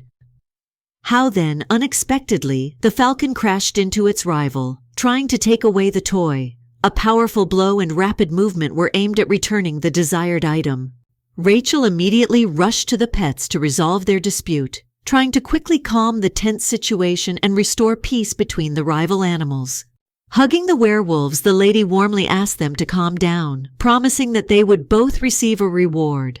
The words were full of concern and a sincere desire to reward them for their patience and obedience. Lucian silently watched their interaction, his cold gaze fixed on every movement, showing undisguised irritation and dissatisfaction with what was happening. Suddenly, they were joined by the Duke and his faithful maid Amber, who greeted their daughter with genuine cordiality and sincere warmth. Lucian, feeling increasingly uncomfortable, approached his father, who, completely ignoring him, was completely immersed in the joy of how much the lady's animals liked him. Rachel agreed with the aristocrat's words, calling pets obedient and cute, which emphasized agreement and consistency with his opinion of them. The man returned his attention to his son only when he realized that it was time for training according to the schedule. Irritated, the nobleman asked the boy why he didn't listen and start class on time. Pressingly, Pedro asked how he was going to become heir if he did not even have the basic self-discipline necessary to carry out his duties. Unable to withstand the pressure, the girl defended her brother, explaining that he only missed training because he was very worried about her and wanted to make sure she was okay. The father only smiled at his daughter's sweet reaction and, without losing his authority, ordered his son to return to the training area, reminding him of the importance of discipline and perseverance. While the man sought to spend his free time in Rachel's company, enjoying every moment of their communication and immersing himself in an atmosphere of relaxed and sincere interaction, he suggested that she go and buy new toys, and before that, go with Amber and change into a new outfit to create a fresher and more stylish look for their time together. Disappointed that she didn't get to spend more time with Lucian, the girl waved goodbye to her brother, expressing her sadness and regret at the transience of their meeting. Secretly from everyone, the boy also dreamed of spending time with the lady away from strangers, in a cozy and secluded place where they could enjoy each other and immerse themselves in an atmosphere of intimacy and peace. Their hands, gently intertwined, would create a feeling of deep closeness and mutual warmth, as if an invisible thread connected their hearts. With 2 ponytails on top of her head, the girl was unable to make the most important choice in her life, as her attention was distracted and the decision seemed too difficult and confusing. The choice was before us, to decide on the color of the pet's bed. Each shade had to take into account both aesthetic preferences and convenience for the pet itself. The Duke politely inquired whether his daughter liked the things, to which she answered in the affirmative. In response to his interest, she expressed a desire to give a gift to the fox.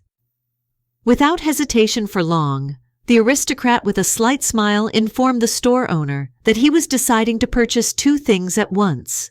This news sincerely pleased the owner, who was pleasantly surprised by such a generous decision. Pedro, with determination and deep affection, said that he was ready to purchase everything that his precious and beloved daughter wanted in order to see her happiness and satisfaction.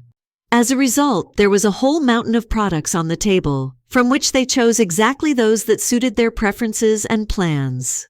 When asked whether they would continue to look for other products, Rachel began to shake her head negatively, assuring that this quantity was quite enough and no additional searches would be required. With a kind smile, Pedro invited his little daughter to return back to the cozy carriage to happily continue their exciting and joyful journey through the picturesque surroundings. The lady herself could not believe that such a kind and sympathetic person could become a cruel tyrant towards Lucian, since it seemed absolutely incredible and inconsistent with his character. The carriage with the coachman in front slowly moved forward, passing by picturesque landscapes where nature spread out before our eyes, amazing with the beauty of flowering meadows and green forests. The girl thought that it would be much better if the Duke treated her with the same care and respect as his son, because this would avoid injustice. Noticing the strange expression on the girl's face, the Duke worriedly asked how she was feeling and if she needed anything to make her feel better and more comfortable. In her thoughts, Rachel firmly ordered the noble to be kinder to Lucian, hoping that this would change the attitude and bring more justice to their family relationship. However, in reality, afraid of incurring anger, the girl awkwardly said that everything was enough, trying to avoid conflict and maintain calm. Laughing into the palm of his hand, Pedro again compared the lady to her father Liam, noting how similar they were in their manners and personalities, which only emphasized the family resemblance and uniqueness of each of them. The man also admitted that by showing kindness to the girl, he was thereby repaying the debt his heart owed to an old friend who had once been a faithful ally for him. Hanging her head in disappointment, Rachel reminded herself that she was only a substitute for her father, and that the care she received was not for her, but for another person. Under the rays of the setting sun, the estate delighted with its exquisite beauty, illuminated by a warm golden light which gave it even more charm and grandeur. Walking along the corridors of the house, the maids discussed the new pets of the mistress, animatedly sharing their impressions of how they adapted to the new environment. Moreover, Rachel looked incredibly cute while playing with werewolves. Her smile and joy were so infectious that they attracted the attention of everyone around her. All this time, the Duke's heated son was upset at how much time his little sister spent playing with animals, instead of spending it with Lucian, who also deserved attention and communication. The little lady spent the whole day with her pets, morning, noon, and evening, completely immersed in caring for and playing with them, enjoying their company and affection. Although, taking into account how often the boy himself previously avoided communication with the baby and showed indifference to her, such behavior was quite predictable and there was nothing unexpected in it. The guy stood in his place. The shoes, sparkling clean, stood on the cold tiled floor, creating a contrast between the neat appearance and the harsh simplicity of the surroundings. The darkness appeared in front of the boy and said that his girlfriend had new toys. The terrible voice was full of discontent, as if this was another reason for concern. He mockingly called his owner just another doll that sweet Rachel was playing with, emphasizing his contempt by how easily she could manipulate those around her. With his foot, Lucian easily crushed the shadow, saying that he didn't care who he was to the girl, showing that he didn't care about the girl's opinion of him, and he wasn't going to attach importance to it. According to the nobleman, the whole essence of the problem lay in wild animals. which he considered the main source of threats and all the troubles that arise. The evil pets were simply waiting for their time when they could abandon their feigned manners and finally attack the defenseless Rachel, against whom they had long harbored their anger and were preparing for the decisive blow. Heading into the distance along the corridors, the boy decided to always stay close to the lady in order to be able to come to the rescue at any time and protect him from possible threats. At this moment, the girl was happily showing her friends the new purchases that she had purchased earlier in the city. The woman's face beamed with pleasure as she shared her finds and surprises with them. Taking one of the boxes in her hands, the lady invited the falcon to open it and see what was inside, waiting with interest for his reaction to the contents. The white fox, thoughtfully and with obvious interest, slowly emerged from his hiding place to carefully examine the jar of sweets that had attracted his attention. When asked how he managed to steal the candy so quickly, the little fox answered by tilting his head and looking with an innocent, pleading expression on his face that was so touching and charming. The girl tried to explain to her not very smart pets that eating too much sweets is extremely harmful to their health, carefully explaining that overeating can lead to unpleasant consequences. Unable to restrain herself from sincere emotion, the little lady succumbed to the gentle requests of her pets, and despite all the warnings, decided to give each of them one candy. Full of happiness and joy, the pets turned to their owner with sincere delight and gratitude, expressing their deep recognition and admiration for the kindness shown, which made their day special.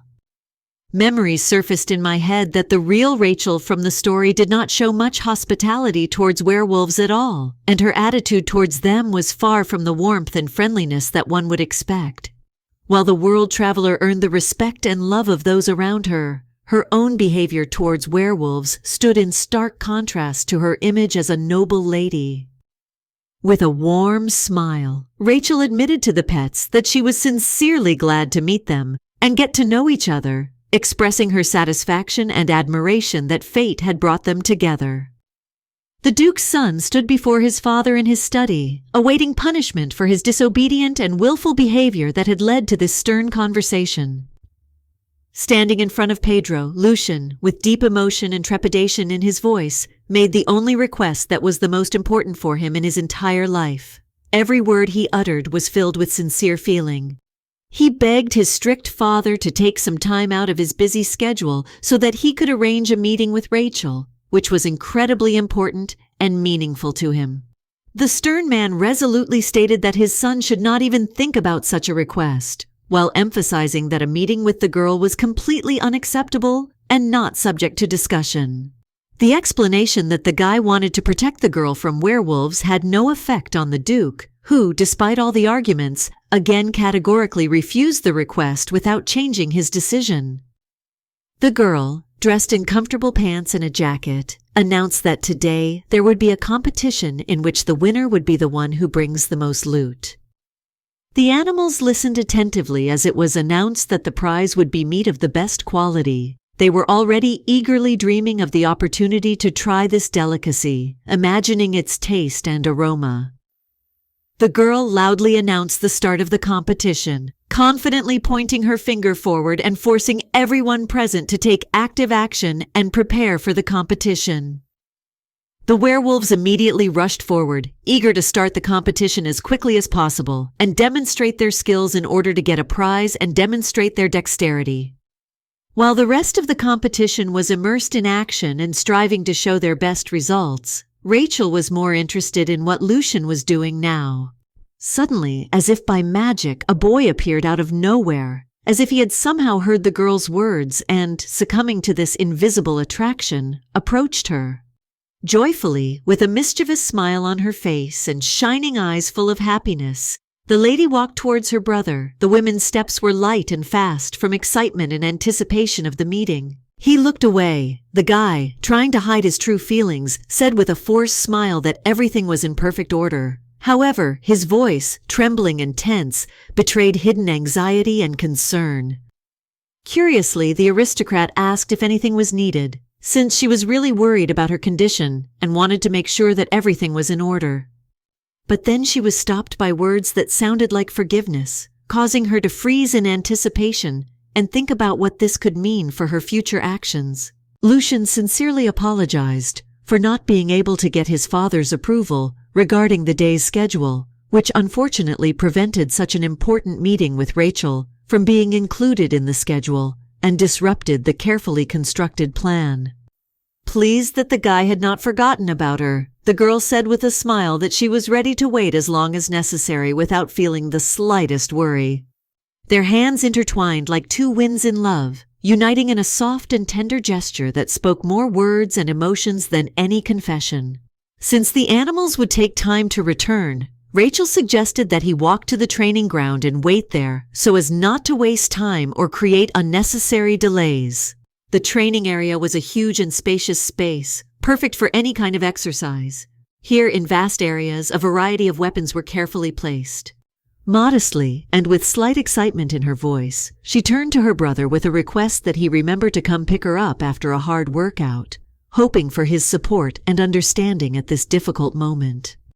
Lucian was silent for a long time, deep in thought about the request, trying to evaluate all its aspects. Finally, with a soft and warm smile on his face, he gave his consent. Soon the girl said goodbye to her brother, leaving him alone and immersed in his thoughts, and going about her business left him to think alone. Secretly, he harbored only one innermost desire, for the werewolves to finally leave their domain and move away, giving her the opportunity to be alone and enjoy the long-awaited peace and quiet. And so the little girl, overcome with anxiety and in search of consolation, quickly ran to him, hoping to find long-awaited peace and tender support in his brother's warm embrace.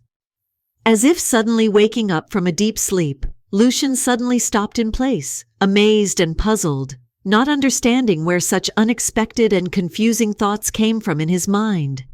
Grasping the sword with a strong grip, the guy firmly decided to do everything possible to become the heir to the throne as soon as possible, overcoming all obstacles and difficulties on his way to his goal.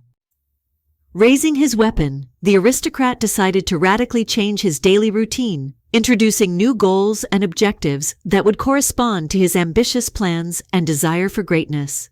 The doll, meant to hone skills, was shattered with a crash, breaking into pieces under the powerful impact that left the tree as a useless piece of debris. Rachel rushed quickly along the narrow path. The steps were light and fast, and the wind rushing past only emphasized her determination and purposefulness.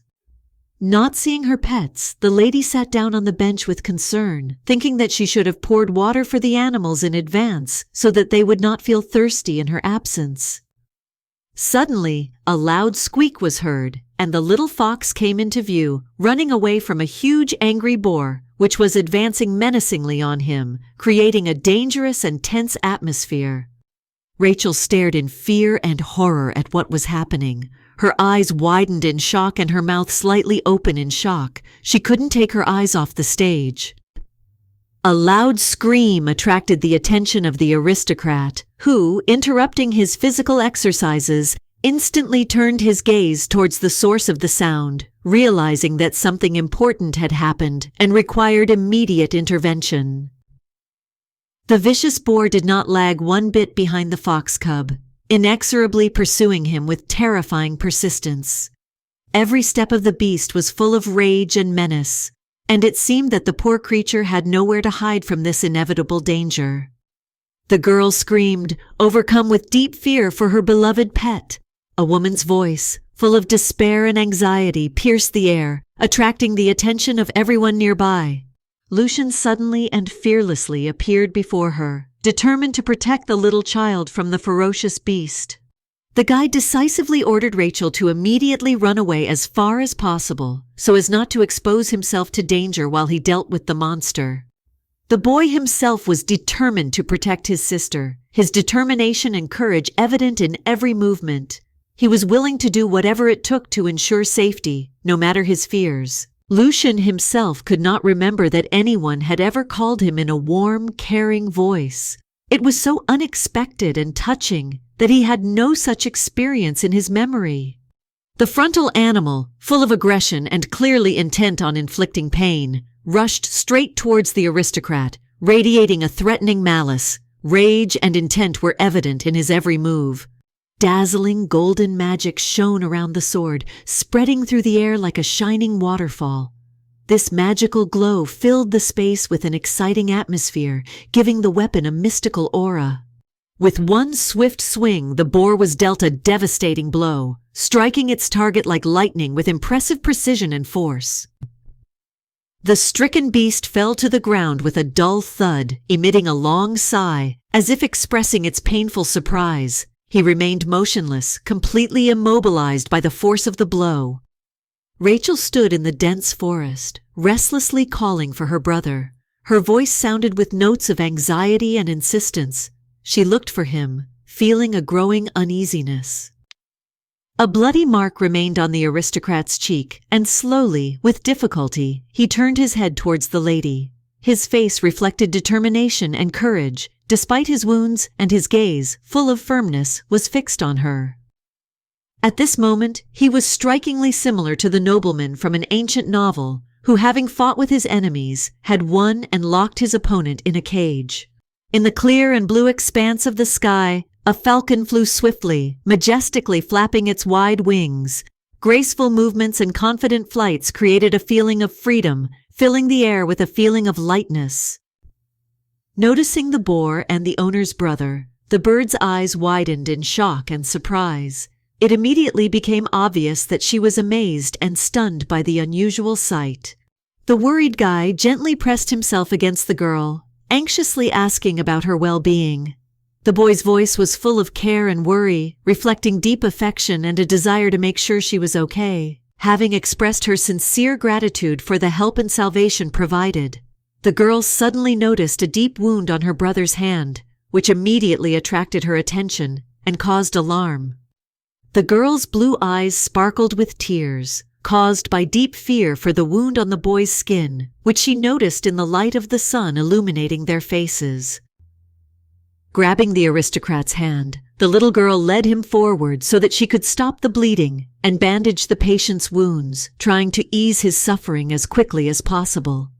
Rachel asked her children to quickly get ready and come with her, her voice sounding soft but decisive, as if she had an important message that required their full attention and participation. Lucian, seeing such concern, only smiled in response. His face lit up with sincere pleasure. The boy was touched by how someone showed such warm and attentive care for him. Sitting at her mistress's bedside, Amber, with deep attention and sincere concern, was interested in the aristocrat's condition, trying to create an atmosphere of comfort and support at this difficult moment. Rachel sang an ode to her brave brother, who, like a true hero, bravely saved the princess from the ominous boar, showing incomparable courage and dedication. This time, the maid could not help but admit that the Duke's son had shown himself to be a truly useful and noble man, whose qualities and help deserved sincere respect. Having learned about her brother's wounds, the girl lowered her head with deep sorrow, experiencing a painful feeling of guilt for the plight of her pet. She constantly drew parallels between her past life and the life of the story's protagonist, carefully comparing every event and choice, discovering that they both experienced an unhappy childhood filled with suffering and hardship. The only thing that consoled the lady was the realization that if Lucian found his happiness, then she could share this well-being with him and perhaps find her own share of joy. However, the sight of Lucian with blood on his cheek made him think that behind these marks there could be something much more serious and disturbing than just physical pain. At that moment, he looked remarkably like a future image of himself, one who mercilessly destroyed his enemies and turned into a tyrant, leaving only fear and destruction in his wake. The girl's thoughts were interrupted by a sudden voice that spoke her name with a gentle, insistent sound, abruptly bringing her back to reality and interrupting the flow of deep and absorbed thoughts. It was Pedro, who suddenly burst into Rachel's chambers, showing obvious concern and deep concern for his daughter's condition, trying to find out as soon as possible how she was feeling. The lady hurried to approach her worried father, who anxiously approached the bed, and with a soft, soothing voice tried to calm the man, assuring him that everything was under control. With deep sadness, the Duke muttered that he would not be able to calmly look into Liam's eyes in the next world, tormented by the thought that he had not lived up to his expectations and hopes. Moreover, the Duke had already been told by Lucian about the danger of werewolves and the need to take immediate action to eliminate them in order to prevent further threats. With deep horror, Rachel realized the true meaning of the aristocrat's words. He was going to send her beloved pets to heaven, which caused a wave of grief and anxiety in her heart. Therefore, without wasting a minute, the girl called the man and asked him to personally deal with the fox and falcon in order to prevent possible troubles and ensure the safety of the animals. She also wanted to take full responsibility for her pets, and the Duke, appreciating her determination and willingness, agreed to such terms, being willing to trust his daughter's judgment and actions. The little girl also asked to meet with her brother, who so bravely saved her, in order to express her gratitude and share her emotions and experiences with him. The man thought about Rachel's words while she joyfully talked about her brother's feat, vividly describing every detail of his courageous act and experiencing great pleasure from the memories. In the end, he agreed to give him a rest, which deeply surprised the girl. Usually the Duke was distinguished by his strict behavior towards his son, and rarely showed such flexibility and understanding. The rest of the reward was to be devised by the lady herself. Opening her mouth in shock, the lady already knew exactly how she wanted to reward her brother for his brave act. Lucian silently put on his black vest, lost in his thoughts. His every movement was precise and confident, reflecting inner concentration. He thought thoughtfully about Rachel's well-being.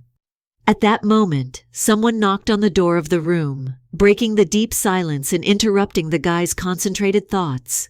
The sound of knocking caught his attention.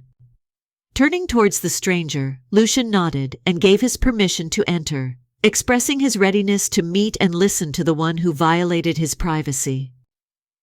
It turned out to be a servant who had come to convey the Duke's words about canceling the afternoon schedule and making changes to the Duke's son's schedule, including a day off for him. Frustrated, the boy lowered his head, secretly hoping that the little lady he had been waiting for was behind the knock on the door. The servant also reported that Pedro was expecting his son for dinner. This unexpected news caused considerable surprise in the guy, since he knew about his father's hostility towards him. The houseworker invited his master to accompany him to the dining room if he was already ready and collected, providing the opportunity to quickly move on to lunch and begin the meeting in a comfortable environment. Lucian thought about the possibility of having Rachel with him during lunch, imagining how her presence could change the atmosphere and add a special warmth and comfort to this moment. The boy followed the servants, deciding that this time everything would be different than during the previous dinner together. Now he was determined not to ignore his sister, but to pay attention to her. The darkness constantly followed the guy on his heels, like an ominous shadow, constantly reminding him of its power and calling him its heir and descendant, which gave his path a special gloomy significance and a sense of inevitability. The Duke's family gathered at a large table, which was generously laden with a variety of delicious treats. Family members enjoyed trying each dish. The man watched his son out of the corner of his eye, surprised at his good mood. He couldn't help but notice how his son's joyful expression and lively behavior contrasted with what he expected to see. Lucian was interrupted from his meal by the voice of an aristocrat calling his name, interrupting his concentrated enjoyment of the meal and drawing his attention to an urgent matter or need. The boy received approval from Pedro, who praised him for his bravery in saving his sister, expressing admiration and pride for his courageous actions, which filled his heart with joy and satisfaction. In addition, the Duke reiterated that he was giving his son the day off and canceling his schedule for one day, emphasizing his willingness to be flexible in the interests of family well-being and relaxation. Bowing his head in deep courtesy to his father, Lucian expressed his sincere gratitude for his generosity by thanking Leon. After that, the boy turned to Rachel and with a sincere warm smile on his face gave her his encouraging expression, filled with sincere joy and warmth. The aristocrat added that he had another important news that he intended to announce, attracting the attention of everyone present and creating an atmosphere of anticipation and excitement.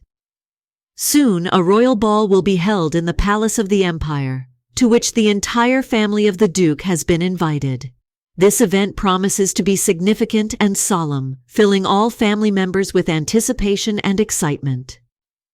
Clutching her cheeks with her hands, the girl began to squeal with joy, realizing that in the future she would be able to attend ballrooms with her brother and sit next to him at the dinner table. Her delight and happiness were indescribable. She quickly began questioning the men of the Leon family, trying to find out if this was true, and eagerly awaiting confirmation that could further strengthen her joyful expectations and plans for the future. Unable to refuse his only daughter, the Duke bowed his head with a deep sigh and an expression of tender consent, thereby expressing his complete approval of the request.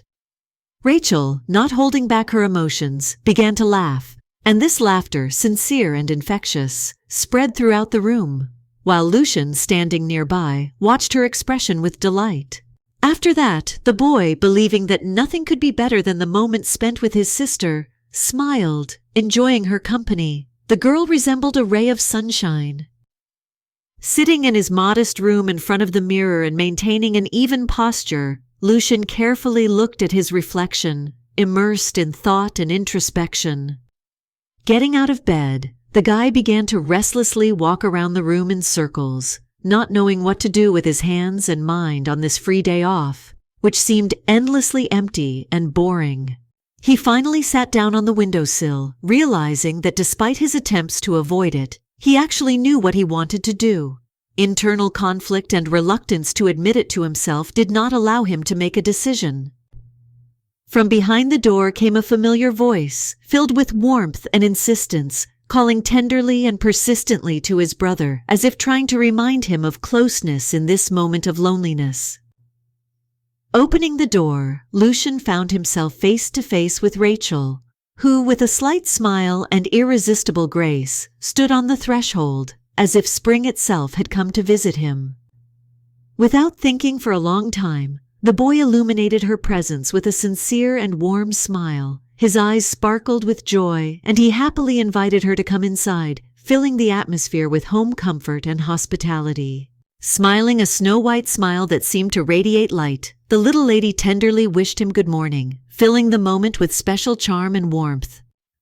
Sitting on the edge of the bed, the girl with care and attention asked about the well-being of the owner of the room. Her voice was filled with sincere concern and tenderness. She took with her a white handbag in which she placed medicine intended to treat the aristocrat's wound and ensure effective treatment. Retrieving iodine from her purse, Rachel gently asked him to extend his hand so she could carefully and gently treat the wound. Attentively and with extreme care, the lady began to gently apply the liquid to the nobleman's hand, ensuring a gentle and thorough treatment. After this, the girl, with special care and tenderness, began to wrap her hand in a bandage, carefully fixing it to ensure reliable protection. The boy sincerely thanked his sister for her warm care and attention, expressing deep gratitude for the fact that she cares about his health and comfort. Grabbing the noble's hand, the lady emphatically declared that it was time for breakfast, imbuing a moment of easy confidence and businesslike determination that they could now enjoy their morning meal. The maid warned the Duke's children that the aristocrat himself would not be able to be present during the meal, as he had important matters that required his immediate attention. The servants themselves were also busy with their own affairs, so if the children needed her, they could always ring the ring and call Amber, who would promptly respond to their request. Joyfully, Rachel loudly exclaimed that today she and her brother would have lunch together, enjoying time alone and without adult interference. Suddenly, the girl's attention was drawn to the baked chicken that was lying on the table in front of her. A cunning plan had matured in her head on how to feed the older boy using this delicious treat. Pointing her finger at the fragrant dish, she enthusiastically declared how tasty it was and how pleasant it would be to enjoy this treat in the near future.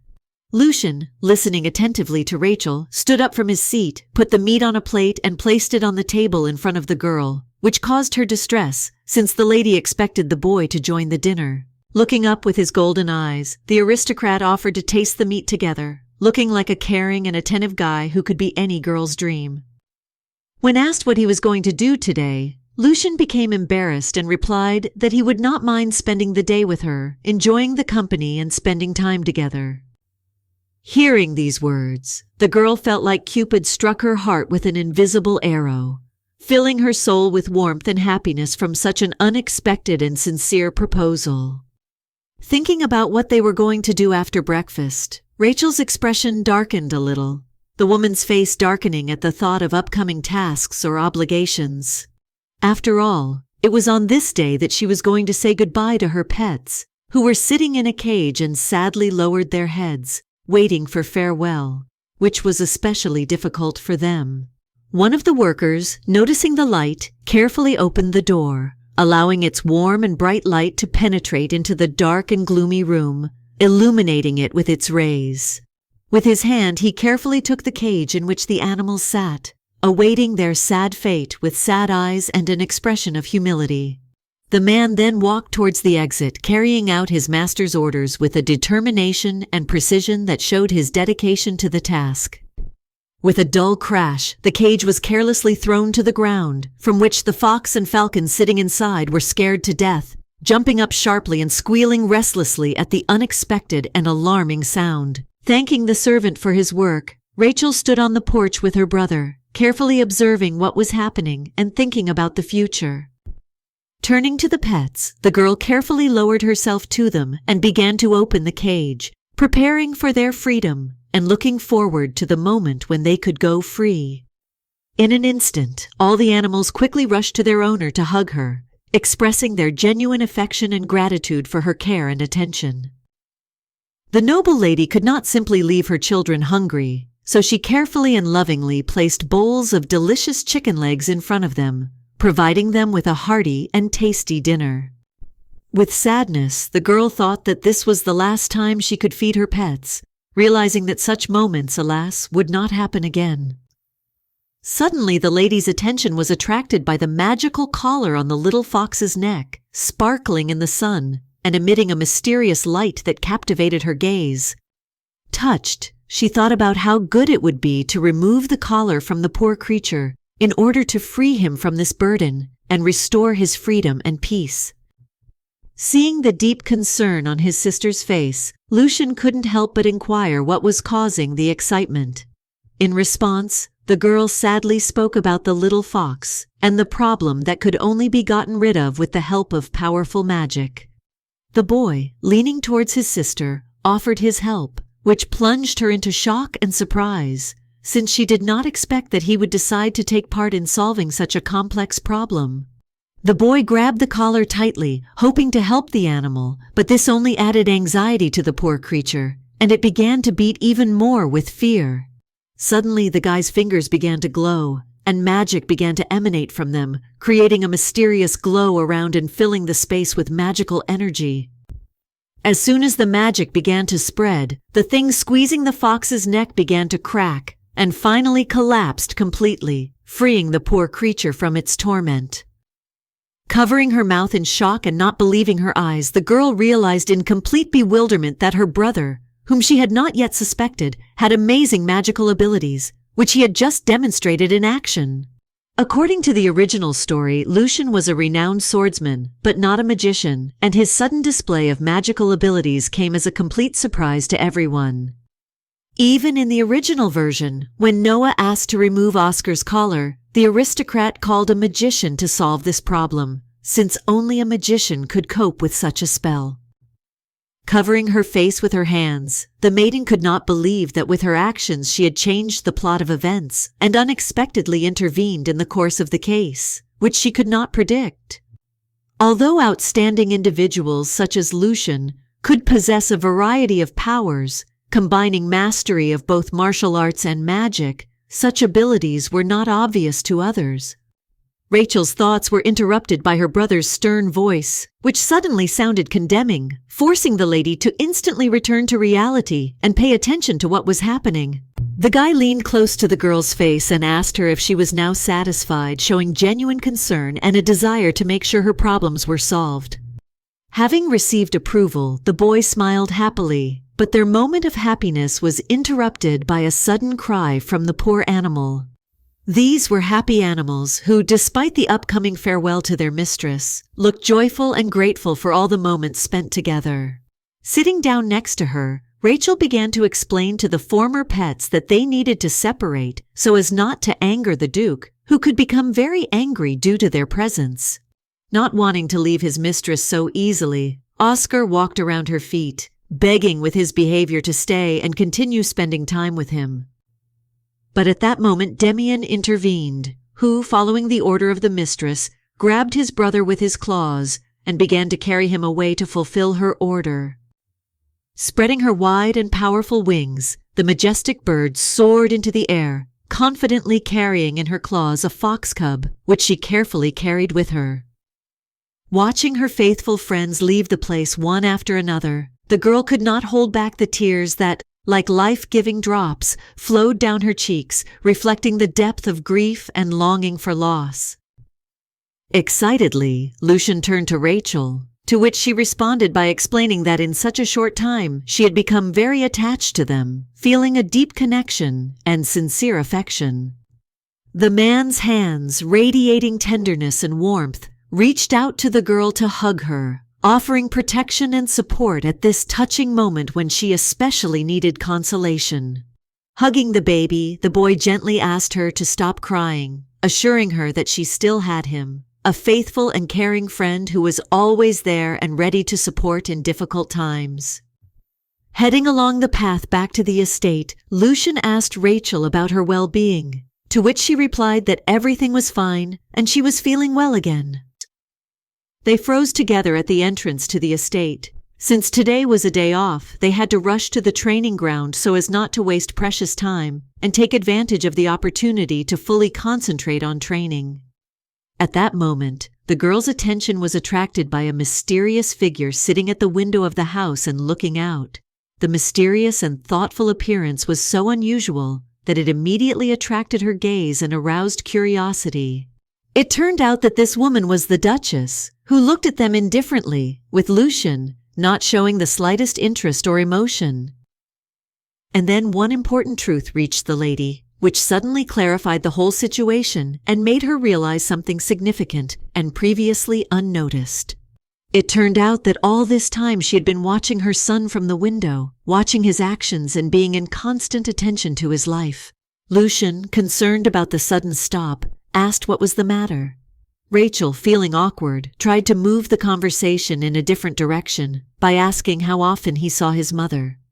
The boy calmly replied that he had not seen his mother because of her poor health, which did not allow her to leave the house and meet with him.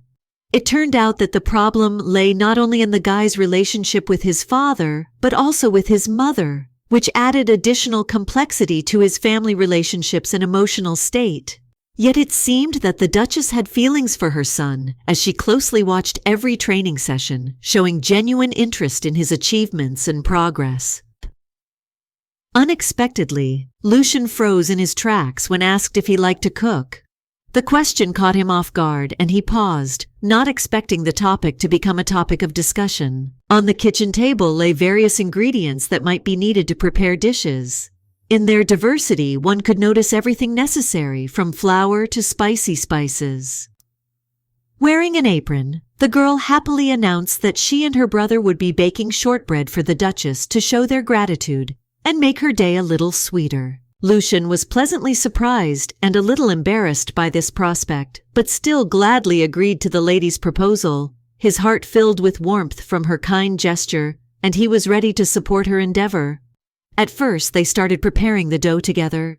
They enthusiastically mixed the ingredients. Their conversations and laughter filled the kitchen with a cozy atmosphere, creating a great mood for the further process. The next step in their culinary process was to carefully divide the dough into equal portions, then place each portion with love and attention on the baking sheet. They then carefully topped the cookies with almonds and chocolate chips, adding extra flavor and texture. Each piece was decorated like a small piece of art. After that, Rachel handed the baking sheet to Amber, entrusting her with the important and responsible task of carefully placing it in the preheated oven so that everything turned out perfectly and without any unnecessary difficulties.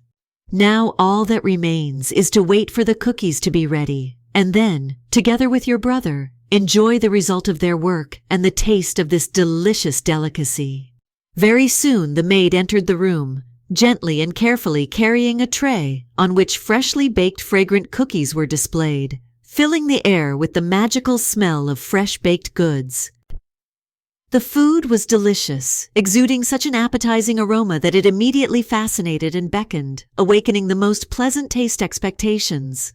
Carefully, the girl decided to divide the cookies into 2 portions, keep one for herself and her brother, and take the other to the Duchess so that she could share that moment of joy with her.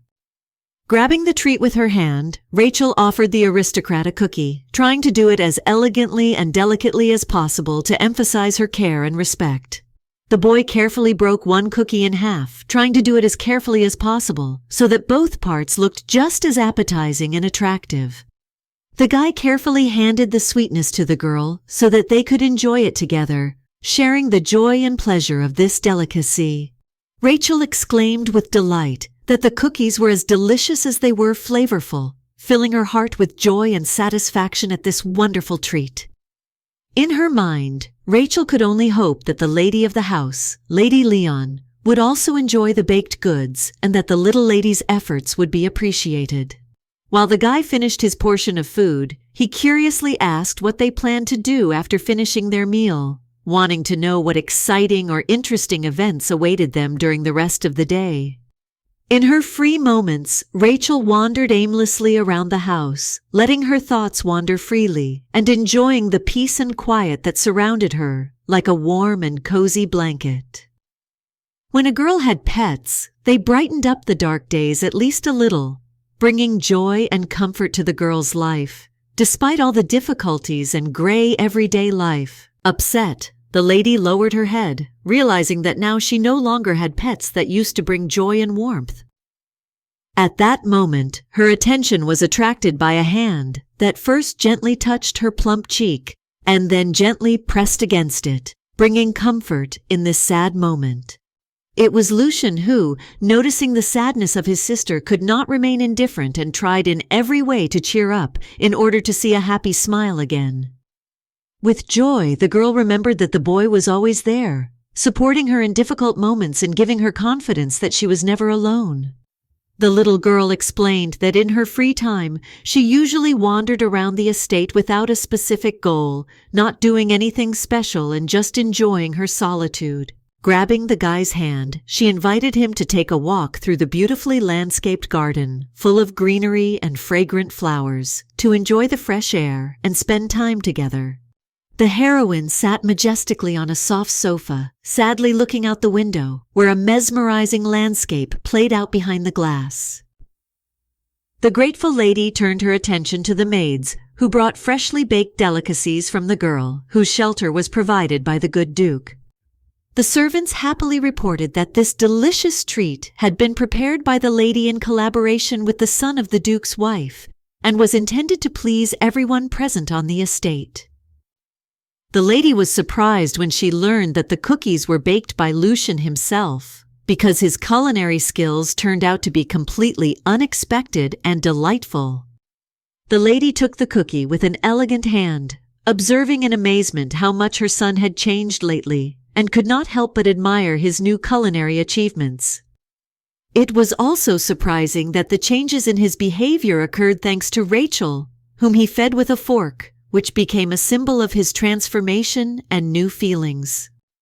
Amber carefully helped with the hairstyle and outfit of the young lady, who sat in front of the mirror, paying attention to every detail and trying to make her appearance flawless. Green hair was decorated with a bow of a noble green shade, on which a jewel was attached, giving a special charm and sophistication.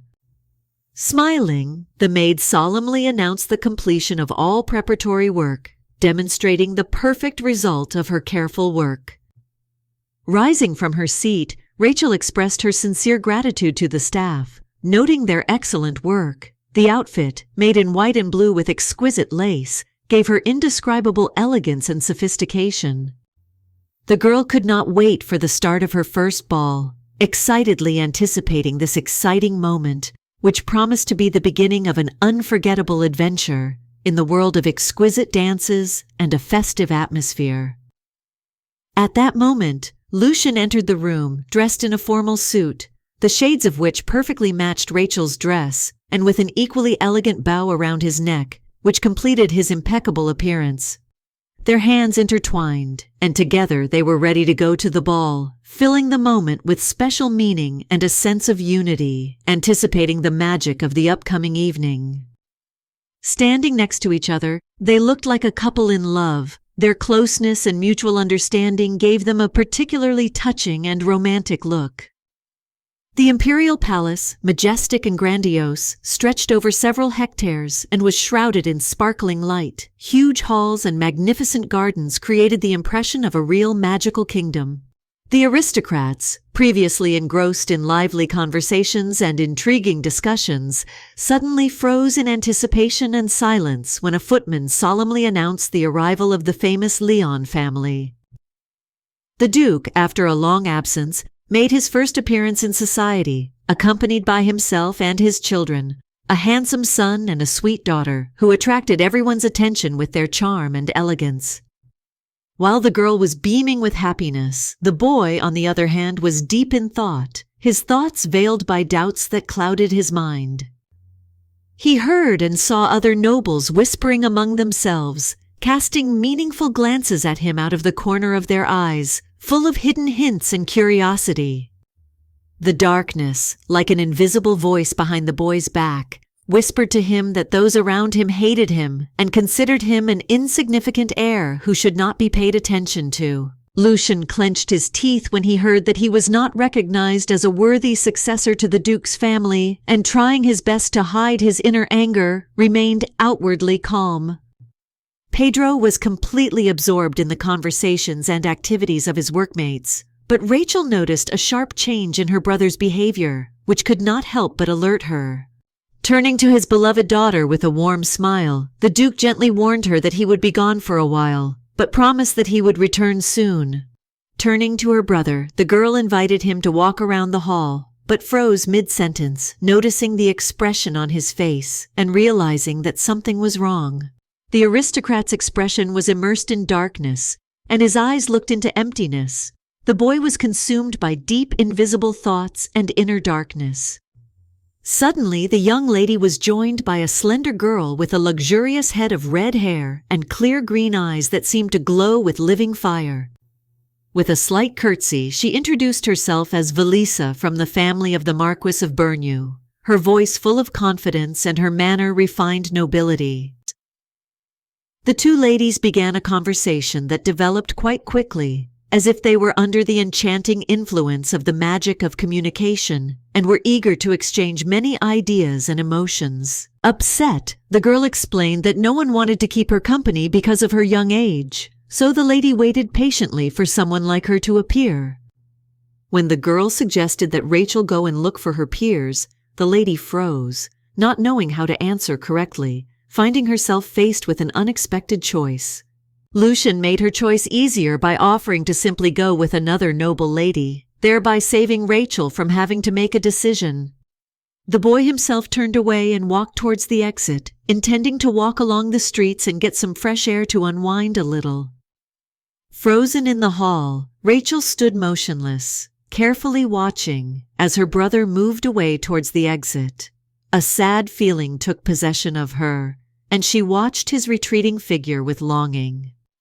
Only the moon illuminated the dark sky, spreading its silvery rays across the night canvas and giving the surrounding world a mysterious and calm appearance. The Duke's son sat on a bench in a deserted garden, surrounded by the scents of flowers, and greedily gulped fresh air, trying to calm down and take a break from the day's worries. The voice continued to talk to the boy, reminding him of how others in the room were watching his every move predatorily, waiting for him to make a mistake. Lucian was nothing without his title of heir, as his identity and importance in society were entirely determined by this status. And the vile Rachel, after taking possession of all the riches, will finally show her true nature and only vilely laugh at her stupid brother, enjoying her treacherous victory. A figure emerged from the shadows and gently cupped the guy's face, whispering to him for the guy to accept her as the great magician of the last millennium. She assured him that together they could change this world and take revenge for all grievances. And when Lucian was ready to agree, Rachel intervened, running excitedly through the garden towards the bench to prevent the darkness from deciding. The evil shadow disappeared into thin air as the girl began muttering about how much she was worried about her brother. With a deep sense of anxiety, the lady went in search of him, anxious to bring him back to safety. Turning his head away, the aristocrat with a calm expression on his face stated that everything was completely fine with him, but it was just unpleasant for the guy to be in a hall full of people. Smiling, the girl quickly found a solution: stay in the garden for a while and then return back and go home. At that moment, the boy remembered the words of darkness, which sounded like an ominous prophetic whisper, predicting that the maiden was going to take everything from him, including his title and his father himself. The sounds of music were heard from the palace, which attracted the girl's attention, causing her to become wary and turn towards the source of these enchanting melodies. She was truly sorry that she had spent so much time carefully preparing her outfit only to end up not being able to enjoy the dance. The girl abruptly stood up from her seat and, full of determination, stated that what was happening was completely inappropriate and required immediate change because the situation needed radical changes. She extended her hand towards my Lord Leon and, with a slight trembling in her voice, asked him to dance, hoping for a moment when their hands would join in a graceful waltz. Confused and somewhat hesitant, the guy extended his hand in agreement, ready to accept the offer and join the dance. Together they began to dance in solitude, to a mesmerizing melody that created an atmosphere of intimacy and magic, as if the world around them was disappearing. At that moment, the guy didn't care at all if Rachel took everything he had. His thoughts were completely absorbed in the dance and the beautiful maiden who changed the aristocrat's whole life. The boy wanted only one thing: for the girl to always stay by his side, so that they could enjoy every moment together and support each other in any situation.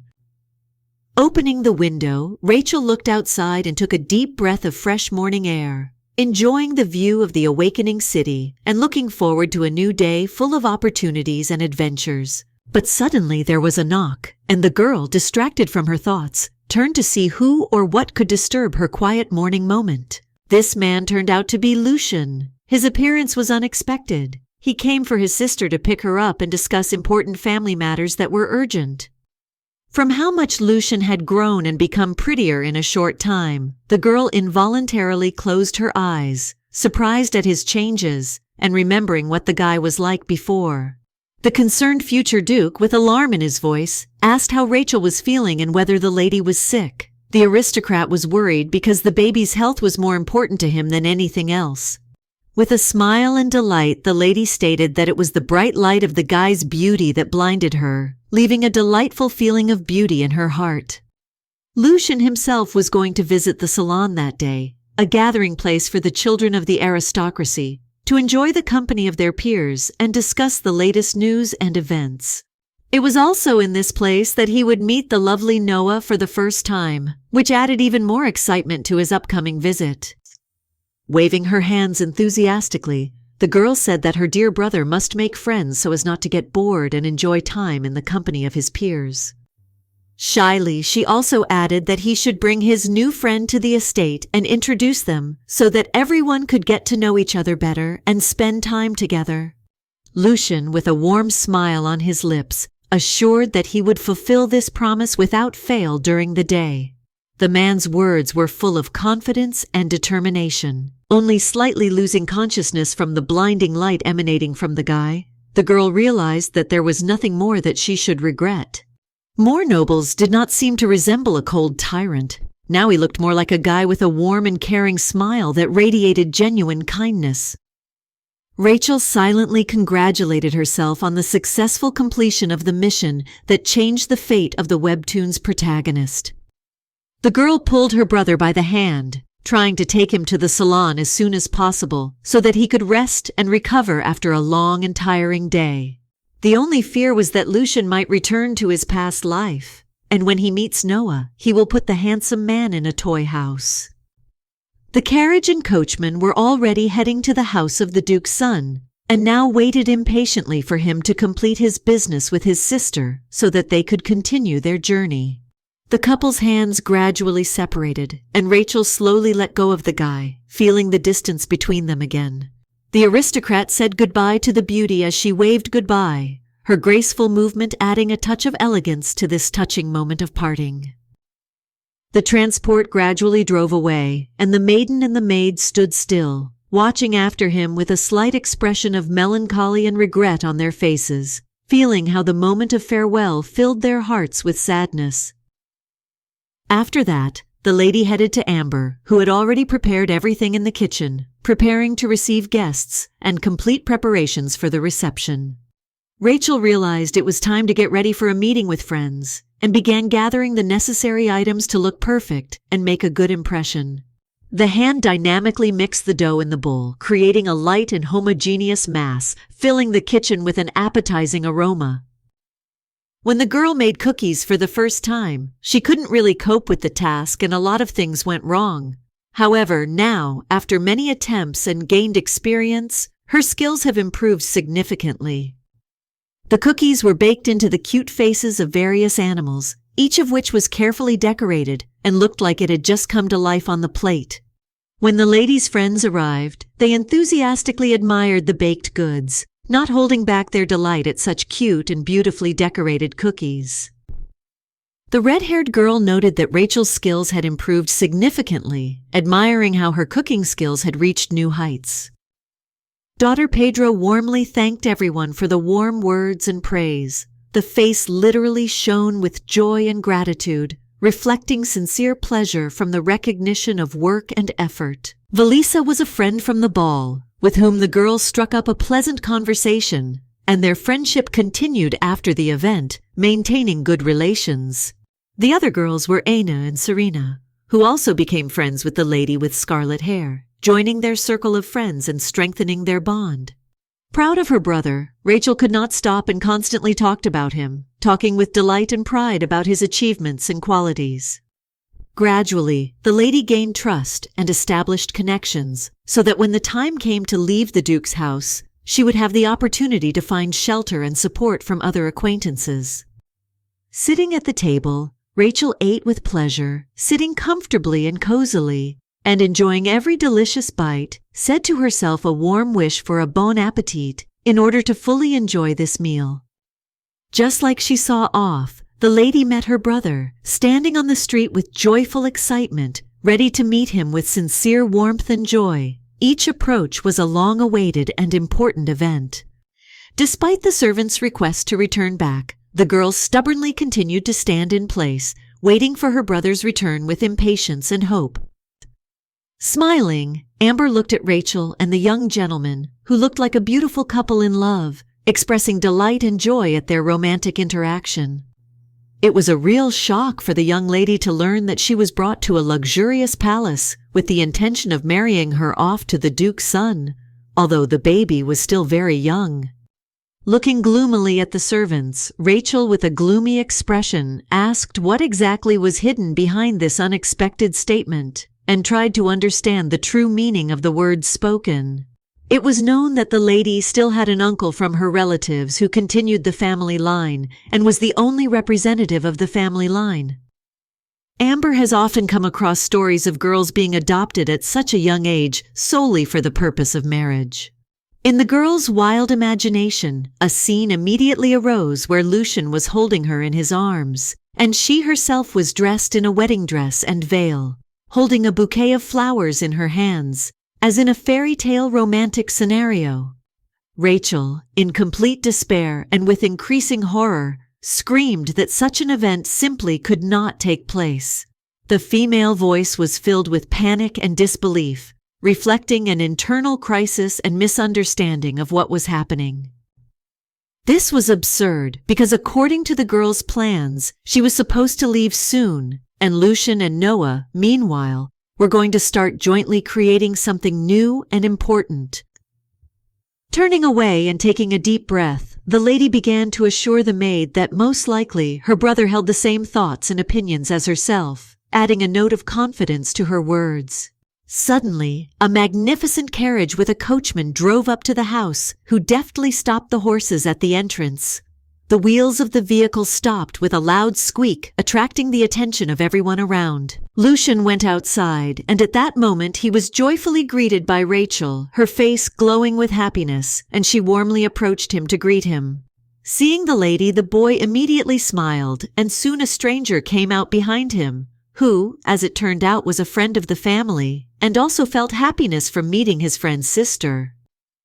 A man with shiny golden hair and eyes, the color of which resembled a clear, cloudless sky, stepped out of the carriage. His incredible attractiveness and presence were so impressive that he was simply breathtaking. With surprise, the girl learned that the man in front of whom she stood was the same Noah, Lucian's lover, about whom there were many rumors and conversations in society. Noticing the guy's informal address to the sister of the Duke's son, he corrected it, emphasizing that respect and courtesy should be shown to the lady. Bowing politely to Rachel, Noah apologized, explaining that the salon usually communicated without formalities. The lady was pleasantly surprised by the unusual installation, which was evident elsewhere, demonstrating attention to detail and a great sense of style. The man responded with a smile and explained that in this way they establish strong male friendship, which helps strengthen mutual trust and understanding. With delight, the girl asked if this meant that the guy was her brother's friend, and her big eyes filled with curiosity and joy at such a possible revelation. Glancing at Lucian, Noah confirmed the lady's assumption with a smile, nodding his head and thereby making it clear that they were indeed close friends. Rachel covered her mouth with her hands, unable to resist an enthusiastic sigh. It seemed to her a real gift of fate, like a gift sent by the gods. Having accepted her brother's friend into her family, the girl allowed him to leave formalities and communicate more freely, as if he had long become part of their inner circle. She hopefully asked permission to call him Brother Noah, as a sign that she considered him part of her family and a close person. With jealousy, the guy glanced at Noah, who, like a magnet, attracted his sister's attention, leaving no room for doubt that he was the center of her interest. The man with blonde hair admitted that the future Duke devoted all his time in the salon to discussing his sister. He told how the Duke never missed an opportunity to boast about her virtues and successes. Suddenly, a man's hand appeared in front of the lady, as if interrupting everything around her, and Rachel's attention was immediately captured by this unexpected gesture. In a cold tone, Lucian noted that Noah should leave and that they could meet later when the situation became more favorable for conversation. The aristocrat put his hand on his new friend's shoulder and gently pushed him towards the transport, indicating that it was time to move to the designated place. The man literally began to forcefully push the resisting Noah into the carriage, while clearly hinting that it was better for him to leave and not linger, leaving his protests behind. Indignant, Rachel abruptly pulled her brother away, eager to spend more time in the company of a friend who was especially dear to her, her desire to stay with a friend instead of going with her brother. Having looked sternly at the lady, the guy leaned closer, and from his intense gaze she immediately froze, as if frozen in anticipation of further actions. With one deft movement, the nobleman picked up his little sister in his arms, carefully and confidently, as if wanting to protect and move the maiden to a safer place. Rachel took one last look at the carriage as it slowly drove away, as her sweet brother headed back to their shared home. Noah, saying goodbye, waved his hand, looking out of the carriage window. His gesture was full of warm sincerity, expressing gratitude and hope for a quick meeting.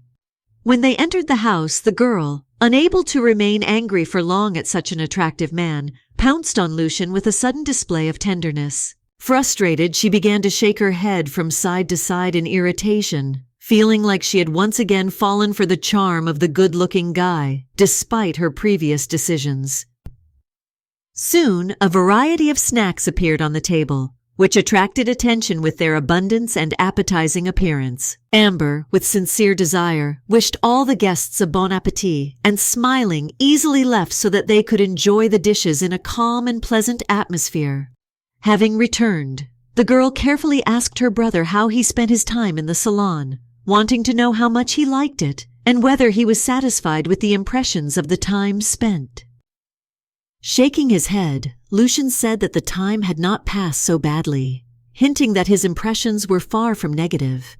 Rachel was unhappy with the lack of details. In her imagination, a couple in love stood side by side, happily smiling and laughing, creating the perfect image of a romantic retreat. The little girl persistently persuaded her brother to go to the salon again, to bring even more friends, emphasizing how important it was for her that their company become even more fun and numerous. Rachel suddenly realized that the guy brought a friend not on his own initiative but solely at her request. This realization came to her like a bolt from the blue. Lucian blushed in embarrassment when he was caught. The man's face instantly flushed with embarrassment, realizing that his attempt to hide his true intentions had been exposed. A pixelated picture suddenly appeared in the girl's head, in which she was depicted as the main character, carrying out exciting unfinished missions.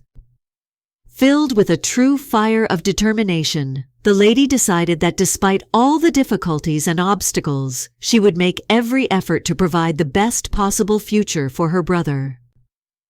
Night had already fallen, and the carriage still continued on its way, carrying with it Noah, who was still on the road despite the darkness and late hour. Looking out of the transport, the handsome man called Rachel a useful doll that will be useful in the future, implying that her role and significance are not exhausted and will be important later. Sitting on a sofa in a luxurious room, the girl said with displeasure that it was extremely cruel to send her brother Noah away so quickly, expressing her displeasure at the hasty farewell. The lady demanded that he fulfill his promise to invite his friend again, but only in a formal setting, emphasizing that the meeting should take place in a more formal and appropriate context. Looking at her coldly, the man asked if his sister liked the handsome man. To this she responded positively, clearly pleased and satisfied with her impression of him. The aristocrat added that she especially liked Noah's smile, which made a deep impression on her and left an indelible feeling of admiration. The guy, feeling jealous, shook his head, experiencing inner turmoil and uncertainty about his feelings. To reassure her brother and restore his confidence, the little girl said with a gentle smile that real beauty was in Lucian's smile, trying to soften his worries and give him more peace. Rachel was not indifferent to his sympathies. This recognition came from the depths of the soul. Suddenly the maid entered the room with a polite and solemn air, announcing that dinner had already been served. The servant invited the guests to come to the table to enjoy a carefully prepared dish in a cozy atmosphere. Appetizing food was laid out on the table. Tender meat, fresh vegetables, and aromatic sauces that promised to make the dinner unforgettable. With interest, the Duke turned to his daughter and asked how her meeting with her friends went today, showing sincere concern and a desire to know all the details of her day. The girl said with a smile that everything went perfectly, and everyone congratulated her brother on his excellent performance in fencing, noting his great successes and achievements. Remembering his son, Duke Pedro added that Lucian recently visited the salon, where he met new acquaintances and spent time in pleasant company. To his father's question, the boy confidently answered that he had in no way disgraced the honor and dignity of the family, emphasizing his devotion to family traditions and high standards. Rachel, noticing the tense situation in the Leon family, expressed her frustration with obvious concern, realizing that the atmosphere in the house had become much more tense and uncomfortable. The girl lifted the piece of meat on her fork to her mouth, thinking that at least she managed to organize a family meeting during dinner. The only one absent from this family meeting was the Duchess, and her absence was felt especially keenly, creating a feeling of incompleteness and emptiness in this meeting. Moreover, the Duke was most worried about when his daughter would start addressing him as Daddy, since this was an important moment for him, symbolizing the closeness and trust in their relationship. Hearing Rachel hesitate, the man, understanding her awkwardness, replied with a soft smile that he was ready to wait as long as necessary, showing patience and support in the current situation. The problem was that everyone she called Mom and Dad gradually abandoned her, leaving her alone and creating a feeling of loss and uncertainty. Therefore, the lady was afraid that history might repeat itself with the Duke, and her fear was that she would again face the loss of those whom she was already accustomed to calling loved ones. Sitting down at the table and picking up a notebook, the lady decided to carefully sort everything out in order to better understand the situation and organize her thoughts. In the original version of events, Lucian met Noah at the salon at a later stage than in the current timeline, where their meeting occurred much earlier than expected. And then the man demonstrated magical abilities, which were also unmentioned and non-existent in the original version, adding a new dimension to the character and actions. The aristocrat made notes on the plot in a notebook, but now they have lost all meaning, as the events of the story have changed, and her notes no longer correspond to the current developments.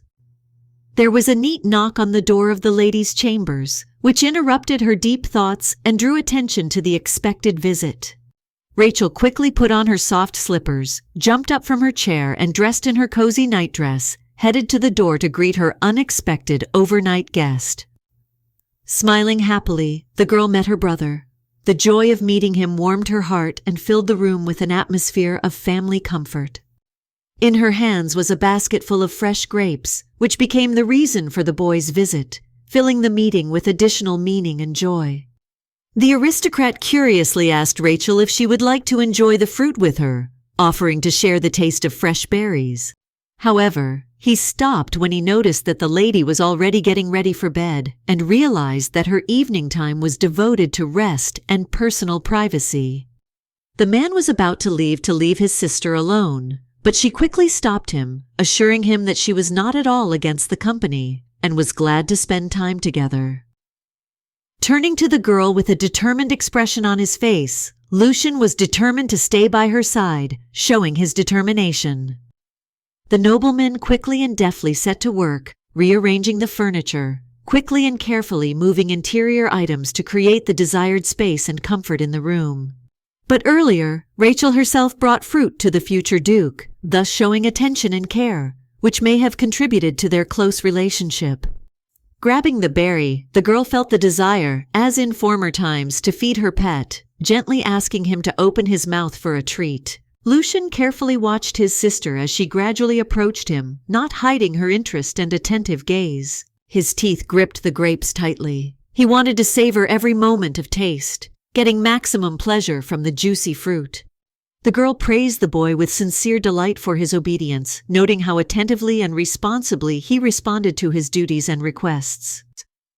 Suddenly hearing the noise, they immediately stopped the game and stood waiting, listening to the source of the sound with tension and alertness.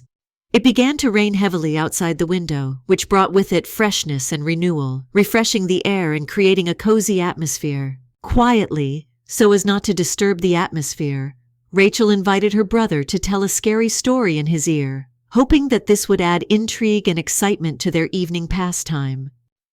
The fact is that most recently Amber told her about an ancient belief, according to which on rainy days, when the sky was covered with dark clouds, mysterious gates opened for ghosts. And if you take that same path, you can see ghosts that look exactly the same as you, like reflections in a mirror, only with a mysterious and frightening aura.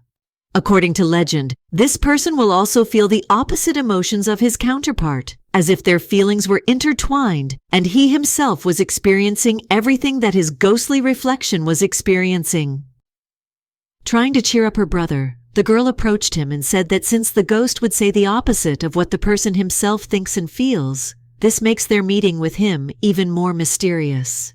At that moment, thunder rang out and Rachel, shuddering in fear, stopped her story, feeling excitement and tension filling the space around them. The frightened lady grabbed her head, afraid of lightning and loud noises. The woman's face was distorted with fear, and her heart beat faster from the noise heard outside the window. Memories of her past life suddenly surfaced in her mind, like fragments of long-forgotten events, coming to life in every strange sound and lightning that pierced the darkness. Rachel, clutching her hair with trembling hands, wanted only one thing: to forget about everything that bothered her and plunge into a world of peace, far from these painful memories.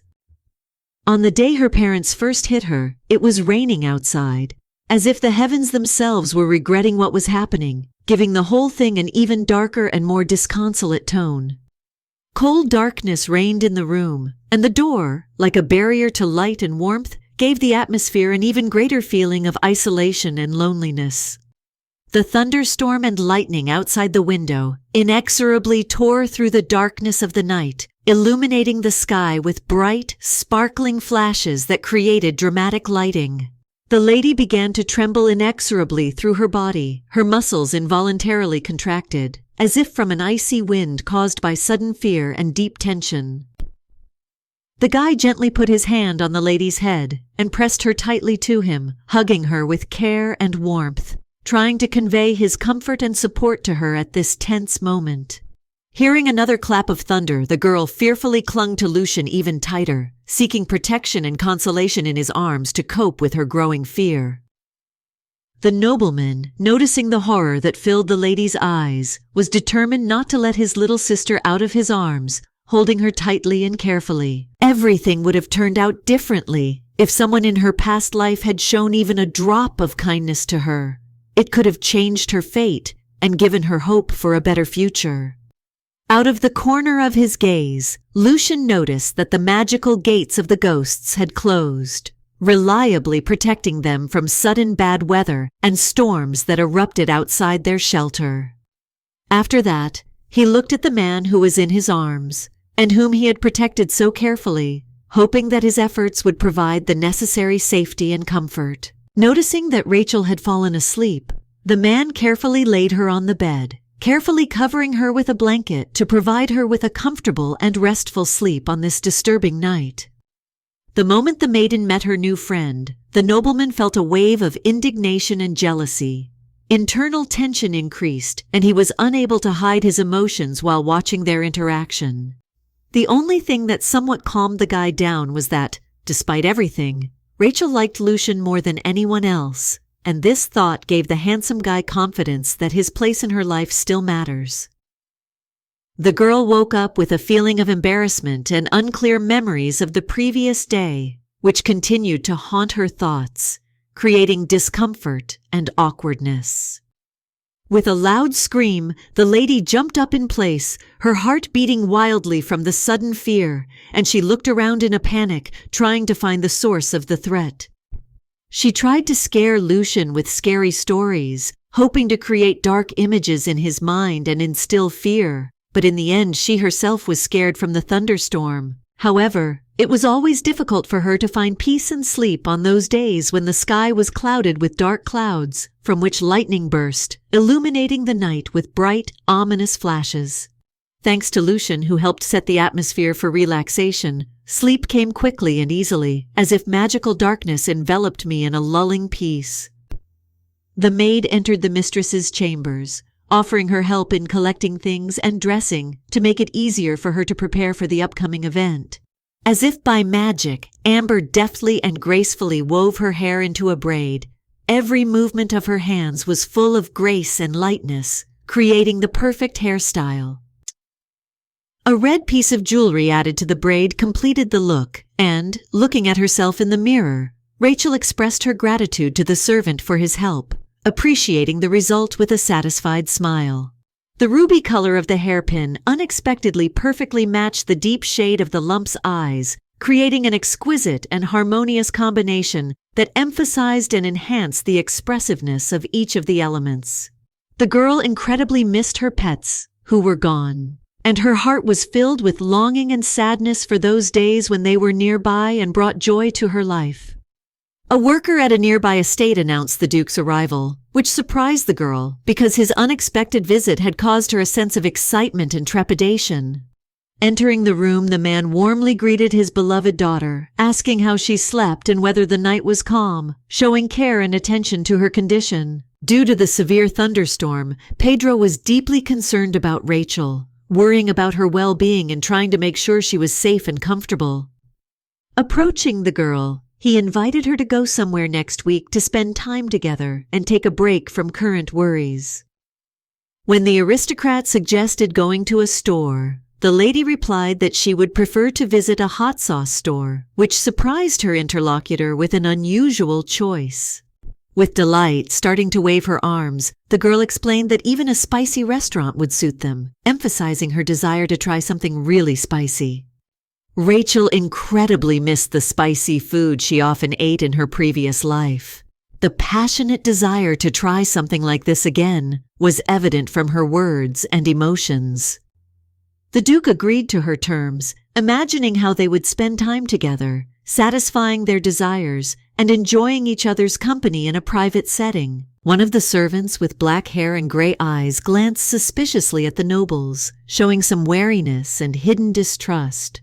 As night fell and replaced day, the moon appeared in the sky, illuminating the surrounding world with a soft light and creating a mysterious atmosphere. The dove landed on the windowsill, carrying on its leg a secret letter that was carefully wrapped and intended to convey an important message. Turning, Noah told his interlocutor that he had received the news from a secret servant working in the Duke's palace, and now he had important information to discuss. Rachel's joyful uncle was overjoyed that he would soon be able to return his niece, which filled his heart with excitement and pride. The man was unpleasant that the Duke took the girl to him without consulting her legal guardian, which caused him a feeling of indignation and resentment. The work of kidnapping the girl was entrusted to a dark spirit, who was in the form of a secret guy known for his robber deeds and cunning atrocities. Rachel admired the picturesque views of the streets with genuine admiration, while the Duke felt regret that he had not chosen this street for arranging the residence of the nobility. They came to this place because there was a shop here that was famous for its various sauces and everything related to spicy seasonings that cause real gastronomic pleasure. If there was one thing that worried the petite lady, it was the number of guards that surrounded them, creating an atmosphere of tension and anxiety, as if her every move was under close surveillance.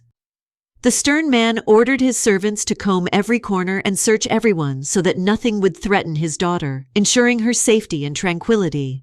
As a guard, the Duke took with him 4 of his people, knights, as well as a sword with which he could protect Rachel in case of danger.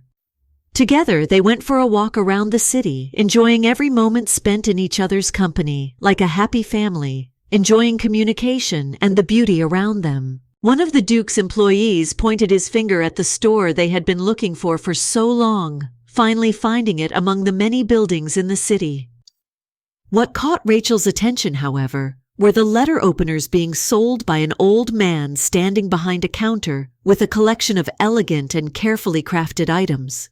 The girl tremblingly asked her father to stop and wait until she could choose the appropriate gift, relying on his patience and understanding at this important moment. On the display case lay a knife, the shade of which surprisingly combined with the hair color of the lady and her brother, creating an elegant and harmonious combination that attracted attention with its unusual combination. The man asked if his daughter liked this item, since he had the opportunity to buy it, trying to make her choice the most joyful and satisfactory. The Duke asked the seller to provide him with 2 copies, one of which Rachel wanted to keep for herself, and the second he was going to give to Lucian, to make the gift especially meaningful and valuable. The lady, with refined grace, carefully placed the newly acquired items into an elegant bag, which she always carried with her, thus ensuring their safe preservation and easy access for future use. Now they went to the store together, leisurely strolling through the cozy streets of the city, enjoying every moment when the city landscape revealed itself to them in all its beauty. A sweet-looking, slightly plump man with kind eyes and a warm smile warmly greeted his guests, radiating sincere warmth and an atmosphere of relaxed hospitality that instantly endeared himself to everyone present. Obeying his master's orders, he hurriedly went in search of the hottest sauces, trying to complete the task with the maximum speed and accuracy that corresponded to the importance of this assignment. The most unusual spices were on the top shelf, where one of the bottles was defiantly decorated with a painted skull and crossbones, giving it a mysterious and terrifying appearance. Quietly, the seller whispered to the girl that this bottle contained the hottest sauce in the country, while his voice was full of mystery and caution, as if he was sharing a secret with her. Without much thought, Rachel decided to take this jar with her and asked her father to buy it, confident that this special sauce would become an indispensable part of their culinary adventures. She was already mentally imagining how she would offer this spice to her brother, and he, frightened, would throw his head back, refusing to try such a spiciness that might shock him. While the merchant was negotiating the price, the girl carefully put the purchased product into her bag, trying not to draw attention to her purchase and at the same time keeping it safe and sound. When the family left the store, Pedro suggested that his daughter go out and grab something to eat, hoping to spend time together in a relaxed atmosphere and enjoy delicious food. At this time, a mysterious figure in a dark cloak was watching the man and girl from above, hiding in the shadows and patiently waiting for the right moment to intervene. Rachel and her dad stopped when a smoke bomb was suddenly thrown at them.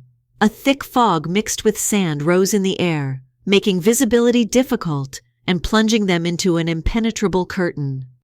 A mysterious silhouette appeared behind the girl, emerging from the dark portal, its outline gradually becoming clearer, outlining an ominous figure in the flickering light. The aristocrat ordered the lady to remain behind him, confident that her presence in the shadows would provide her with protection, while he focused on what was happening and took the necessary actions. However, the villain managed to neutralize and bind Pedro with the help of agents, acting quickly and mercilessly, depriving him of the ability to resist and intervene in what was happening. He also immobilized the girl, carefully prepared a rag and, with a threatening intent, began to bring it closer to her, creating an atmosphere of anxiety and fear.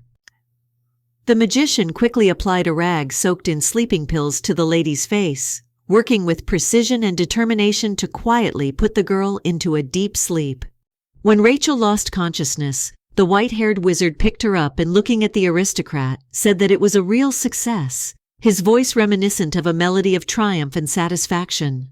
Lucian sat at his desk, immersed in the routine task of copying out lessons that had become an integral part of his daily life, and carefully transferred each task onto a blank sheet of paper. The boy was worried about what his sister, who had recently gone to the Duke, was doing at that moment. He often thought about her life and adventures, wondering how her days were going in such a distant place. When a guy spent time with her, he had the opportunity to again feel the taste of life, experience emotions, and enjoy the simple joys of everyday existence that had previously seemed unattainable. They often gave each other gifts, finding it a way to express their feelings and strengthen their bond. Each gift was imbued with attention and care, which made their relationship even more meaningful.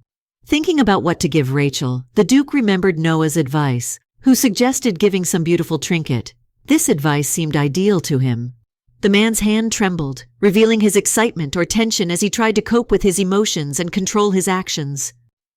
But a little lady once said that the most valuable and desired gift for her would be a sincere smile and attention from her brother, which she perceived as a symbol of love and care.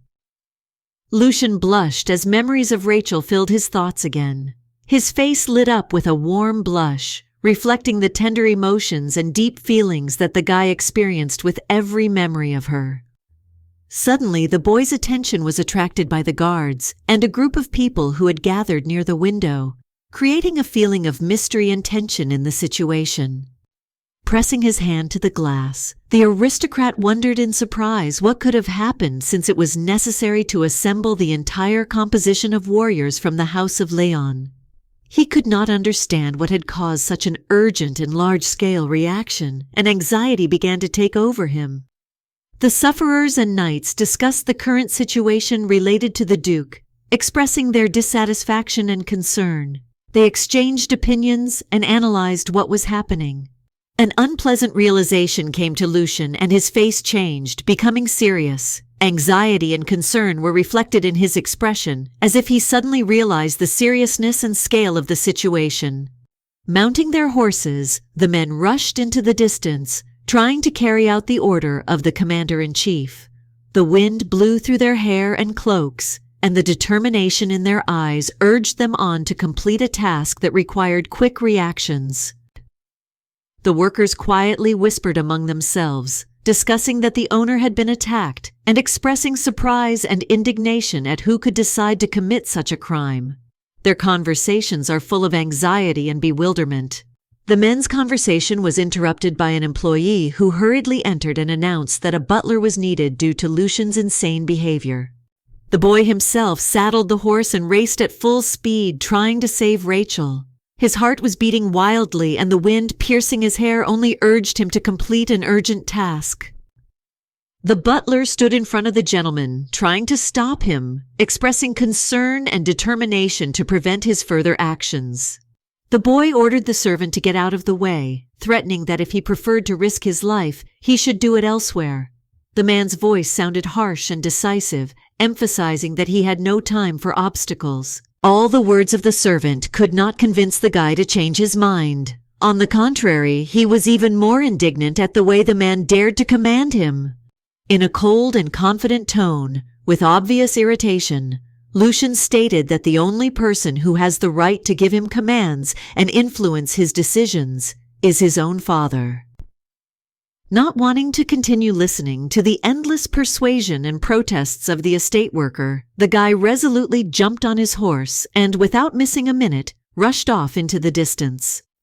The man, surprised by what was happening, froze in place, unable to believe that the gentleman could manifest himself in such a way. Never before had he seen the gentleman in such a state. Looking sternly at those present, the Duke declared that there was a complete lack of discipline in the order, and expressed his deep dissatisfaction with what was happening. Such words sounded like a strict sentence. The aristocrat shouted furiously at the guards, calling them idiots for allowing the kidnapper of the aristocrat's daughter to escape. His anger was obvious, and he did not hesitate to express his displeasure at their incompetence. However, the nobleman suddenly stopped when he saw the familiar figure of his son behind him. This unexpected appearance made him freeze in place, and all his emotions instantly changed. With anger in his voice, Pedro asked what exactly the heir to the throne was doing here, and how it was possible that he was here alone, without any escort or security, like a simple person. The servants, by order of the Duke, were to escort the boy back to the house. Quietly they approached the heir and politely asked him to follow them. However, suddenly, bright sparks of magic appeared in the air, sparkling and bewitching, which formed an invisible barrier that did not allow the servants to come closer to the heir. Showing rebellion against his father, Lucian firmly stated that this time he would not carry out the order, and that his resolve was beyond any persuasion or threat. Rushing into the distance, the guy heard the voice of darkness, which seemed to come from the very depths of the night, mysterious and ominous. This was the first time that the descendant of darkness himself addressed this mysterious voice. Gathering his courage and feeling the cold seep into his bones, Lucian ordered his servant to immediately find his sister and bring her back, despite all the difficulties. Evil did not like the boy's rude and impolite tone, so he insisted that he express himself more politely and politely. Without the name of another alternative, Lucian added a request that his ancestor find Rachel, pronouncing her name with special trepidation and hope for the speedy completion of this important task. The man with the long hair on fire grinned with obvious satisfaction because this was his only chance to take over the boy's body and use it to satisfy his dark goals. Rachel lay unconscious, completely immersed in an infinitely deep and unceasing sleep. The female body was lifelessly stretched out on the floor, as if it had passed into a world of oblivion. Soon the girl woke up from a deafening noise and a mysterious voice that seemed to be heard right inside her head, disturbing the silence and sleepy calm. When the little girl woke up, she found herself sitting under an ancient tree in the depths of the forest. The shadows of its mighty branches created a bizarre pattern on the ground, and the fresh forest air filled the lungs.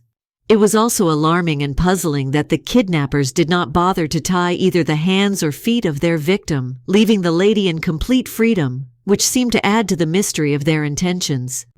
Behind her, the men sat around the fire, discussing with enthusiasm how their master had spared no expense in hiring an expensive spirit capable of abducting the girl. Rachel's uncle, laughing cheerfully and clutching a bottle in his hand, responded in a demanding tone, ordering everyone to immediately stop talking so that attention would focus on him. If you think about it carefully, it becomes clear that the man was against the adoption of his niece by the Duke from the very beginning, and this contradiction could not be hidden from a careful look. Deciding that this was the perfect moment to escape, the aristocrat quickly and silently began to leave, trying to remain unnoticed and avoid any unnecessary fuss. Trying not to get up or stick out of the bushes, the girl carefully examined her surroundings, constantly looking around to make sure that no one would notice and interrupt her careful escape plan. A man's voice interrupted her, stopping the lady and inquiring about where she was going, creating a tense atmosphere in this unexpected moment. The frightened lady fell on her back. The little girl's face was distorted with fear when black boots suddenly appeared in front of her, standing motionless and threatening, as if foreshadowing some inevitable misfortune. A handsome guy with blonde hair and violet eyes with an expressive and anxious look grabbed Rachel by the hand and, with concern in his voice, asked if she was trying to escape. There were many supporting characters throughout the story who fell in love with Noah, each bringing their own emotions and motivations to the story. And among them, there was one who could compete with Oscar for second place. He was not just obsessed with the handsome guy, but was a real psycho, capable of any madness for the sake of his goal. This character was a mysterious and powerful dark ruler of the spirits known as Elliot Aiden, whose name evoked awe and fear due to his ability to manipulate supernatural forces. Returning the lady's attention to himself, the guy strictly ordered her not to ignore him and to immediately respond, emphasizing his power and demanding respect. Rachel began to stutter, trying to find an excuse, and avoided the gaze of Elliot, who was watching her intently with an expression of impatience. Suddenly, the girl's chin was in the grip of a strong male hand, which turned her face towards herself, forcing the baby's eyes to meet his gaze. Majestically, Aiden gave strict orders to look straight into the eyes even when she interacted with another person, leaving no doubt about her authority and demanding her full attention. The girl couldn't hide her embarrassment when she realized how stunningly handsome the webtoon's main psycho was, who was both terrifyingly attractive and mesmerizing. But then Aiden ruined everything when he compared Rachel to a scary potato, leaving no chance of maintaining her enthusiastic impression. The guy laughed when the lady called him like a snake, unable to contain his laughter at such an unexpected and unusual compliment, which was clearly not what he expected. Additionally, Elliot couldn't help but laugh when he learned that she was not the Duke's own daughter, and sincerely believed that he would appear to save her. Deciding to change the course of events and take full control of the situation, Rachel loudly and confidently declared that she was aware of the true origin of the kidnapper, thereby attracting his attention.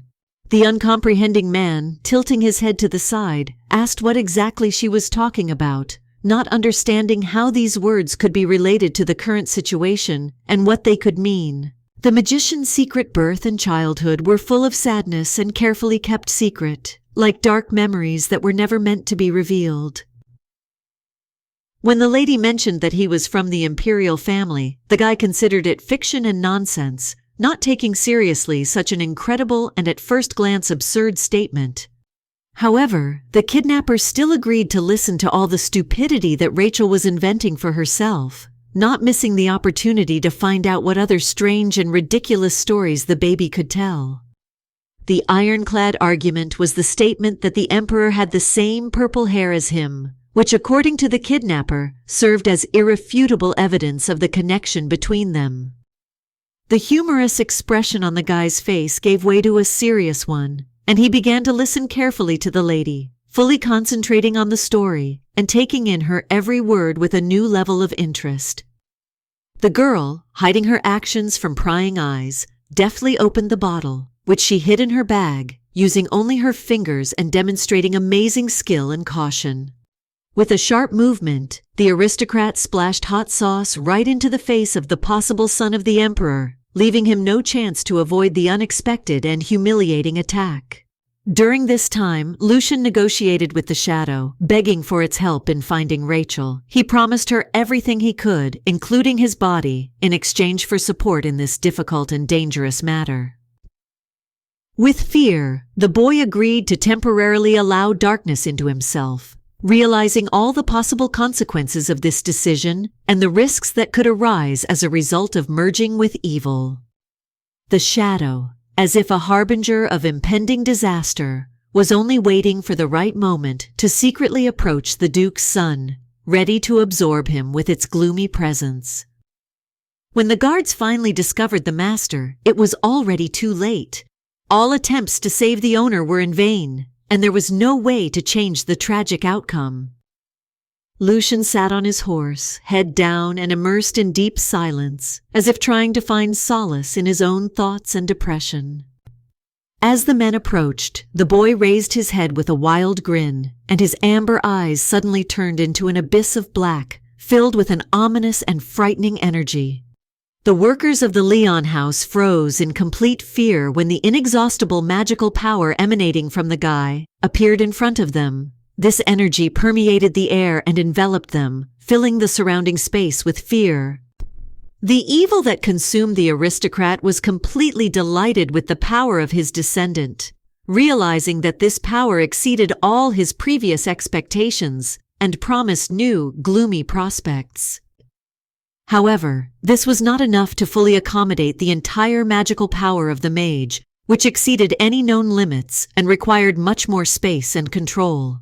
However, the boy was strong enough to resist his ancestor for a long time, not allowing him to take over his body and refusing to succumb to his dark influence. The man decided to wait until the boy grew up and gained strength. In the meantime, he decided to fulfill the guy's wish and find Rachel in order to fulfill his part of the obligations and at the same time fulfill the request. Holding his face, Elliot, staggering and barely moving, struggled forward through the forest as if every step was given to him with great difficulty. Loudly and furiously, the guy called the last words to the girl, because of whom he lost the ability to see with one eye, expressing all his anger and disappointment. He looked for Rachel in the forest, relying entirely on his hearing, since he had lost his sight and was now guided only by sounds. The girl herself was hiding behind a tree. By chance, the girl's foot stepped on a branch, which made a loud crack, attracting attention and disturbing the silence of the forest with its sharp sound. Elliot, hearing the loud crack of the branch, immediately activated his magic, releasing a powerful and striking blow towards the lady. His actions were aimed at avenging the harm caused and expressing all the accumulated rage. Fearing for her life, the lady began to run in panic, trying to distance herself from the impending threat and find shelter from potential danger. Violent blows of magic relentlessly pursued Rachel, forcing the little girl to quickly seek shelter as the ominous force continued to overtake her. Suddenly, as if out of nowhere, red balls appeared, glowing from within. Their bright glow enveloped the space around, adding even more mysticism and tension to what was happening. With one movement, the scarlet spheres destroyed the dark magic, destroying it and neutralizing the threat, leaving behind only scattered light and remnants of magical energy. Stumbling, the girl fell to the ground, and a sharp pain instantly pierced her body, causing her to scream in fear. Every moment was filled with a painful feeling, leaving deep marks in her soul. Rachel was saved by a guy with white hair and a bast, who, showing concern, asked the aristocrat about her well-being, offering his help in a difficult moment. Frightened, The lady, thinking that there might be another of the kidnappers in front of her, covered her head with her hands and, desperately screaming, begged him to leave, trying to protect herself. The stranger, realizing that Rachel was in distress and required immediate assistance, carefully picked her up, demonstrating sincere sympathy and concern for the well-being of the lady. Oscar asked his hostess to trust him and go together, assuring the girl that his intentions were sincere and that their journey together would be safe and fruitful. The man's feet barely touched the ground, so quickly and swiftly he rushed forward, as if taking off on invisible wings of speed, leaving only a blurry trail behind him. Carefully studying Oscar's face, Rachel realized with amazement that in his features she recognized her old pet, a cute little fox who had once been a faithful friend and companion. Happy that the hostess recognized him, the guy smiled widely, feeling joy and satisfaction filling his big heart. In the depths of the forest, hidden from prying eyes, there was a mysterious cave, shrouded in a bewitching cover of greenery and ancient trees, giving it a special atmosphere of mystery and solitude. Sitting down on a stone ledge, she thoughtfully reflected on how the lump lived all this time, experiencing every moment in her inconspicuous but important life. It turned out that all this time the cunning fox, possessing unsurpassed intelligence and exquisite taste, lived with the majestic falcon. In this unusual and exciting neighborhood they found mutual harmony. After the savior began to be indignant that the owner gave the bird a normal and euphonious name, he could not help but notice that his own name sounded stupid and childish. Oscar, full of indignation, exclaimed that all his life he had carried within himself resentment and bitterness, which tormented his soul and did not give him peace, as if the injustice of the past did not leave him for a moment. Then, being a small and clumsy little fox, he accidentally brought a huge wild boar with him. Thus, the animal found itself in distress and disrupted its peaceful existence. The man started shouting loudly at the lady who had offended her pet because of a minor incident that happened in the past, which seemed completely inappropriate and disproportionate to him. The main supporting character of the webtoon, overwhelmed with emotions and unable to control his feelings, broke down and burst into tears, unable to hide his deep pain and unspoken disappointment. Rachel raised her hand in a placating gesture to calm the agitated werewolf. Realizing that her behavior was unreasonable and inappropriate, she sincerely apologized, expressing her deep regret. In this situation, the fox intervened, strongly demanding that the lady take full responsibility for her decision to tame them, emphasizing the importance of understanding the full consequences of her actions. Suddenly, in absolute silence, clear footsteps were heard, and someone slowly entered the cave, disturbing the deep peace and attracting the attention of everyone inside. The girl, turning in fear, realized with horror that the stranger was Elliot, who had come to take revenge for his grievances and sins. However, instead she saw in front of her a highly muscular man in black clothes with a short haircut, who respectfully addressed her as a lady and called her mistress. His name was Demian, and he greeted Rachel with a dazzling snow-white smile. His muscular body, confident posture and charm created the image of a real handsome man who, despite his impressive appearance, radiated genuine kindness. It turned out that the former pets, who had trained a lot, were ready to meet Rachel. They worked hard to improve their skills and show how much they had changed and grown. The boys were so similar to the animals they could transform into that their appearance and habits resembled the living creatures they once were. With a smile and tears in her eyes, Rachel admitted that she missed them very much. Her words were full of sincere tenderness and longing that she could not hide.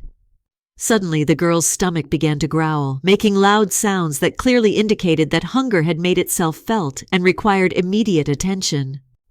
The embarrassed lady quickly grabbed her stomach, trying to hide the awkwardness and discomfort caused by the loud grumbling, which attracted the attention of everyone around her.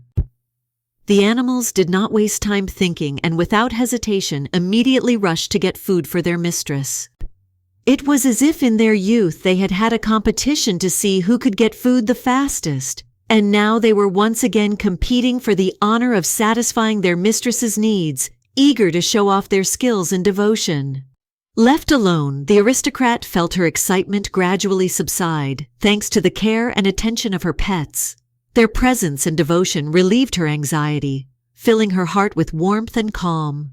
Suddenly, a purple magical portal appeared in the sky, sparkling with a mysterious light and creating a feeling of magic and extraordinariness. Lucian teleported into a dense forest, and the moment he materialized, the spirit that had previously been inside the boy left his body, thereby freeing him from the invisible and tormenting influence. He felt a strange aura of magic, mysterious and alluring, coming from a distant cave.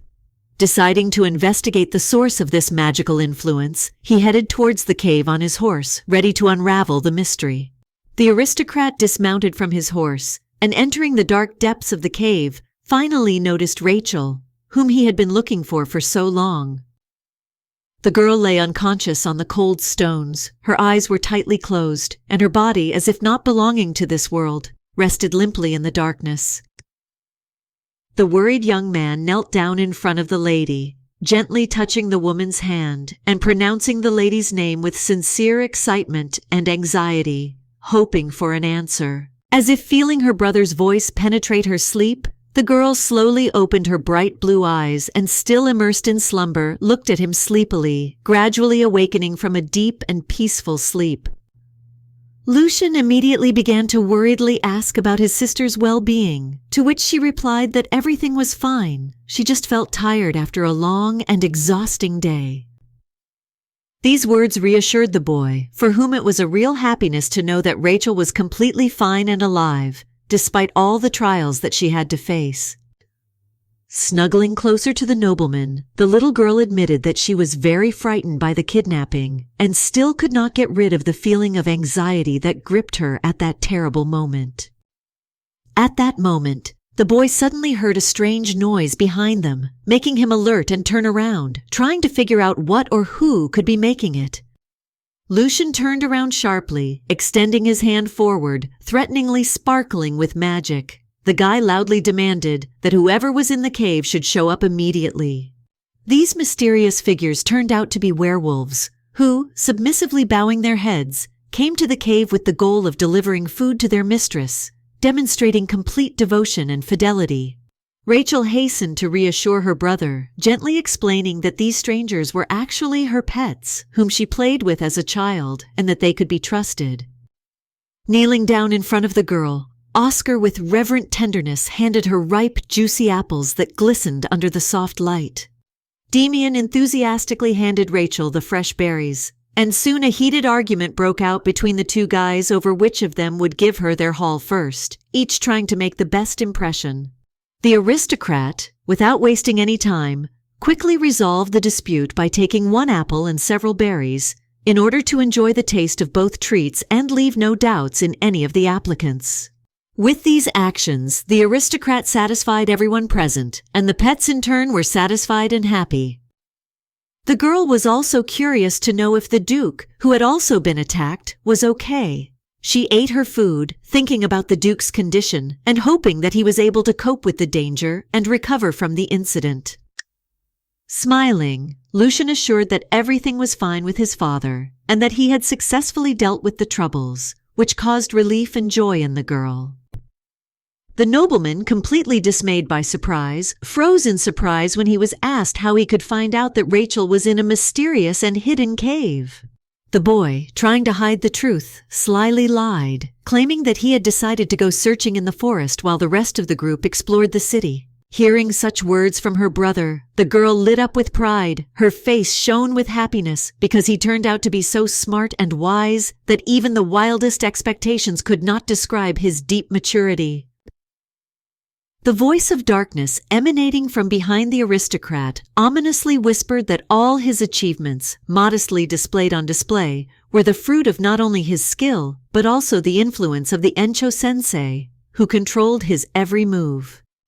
Together, the people left the cave and headed towards the Duke's estate, overcoming difficulties and fatigue with unshakable confidence in their goal. A long and grueling road lay ahead of them.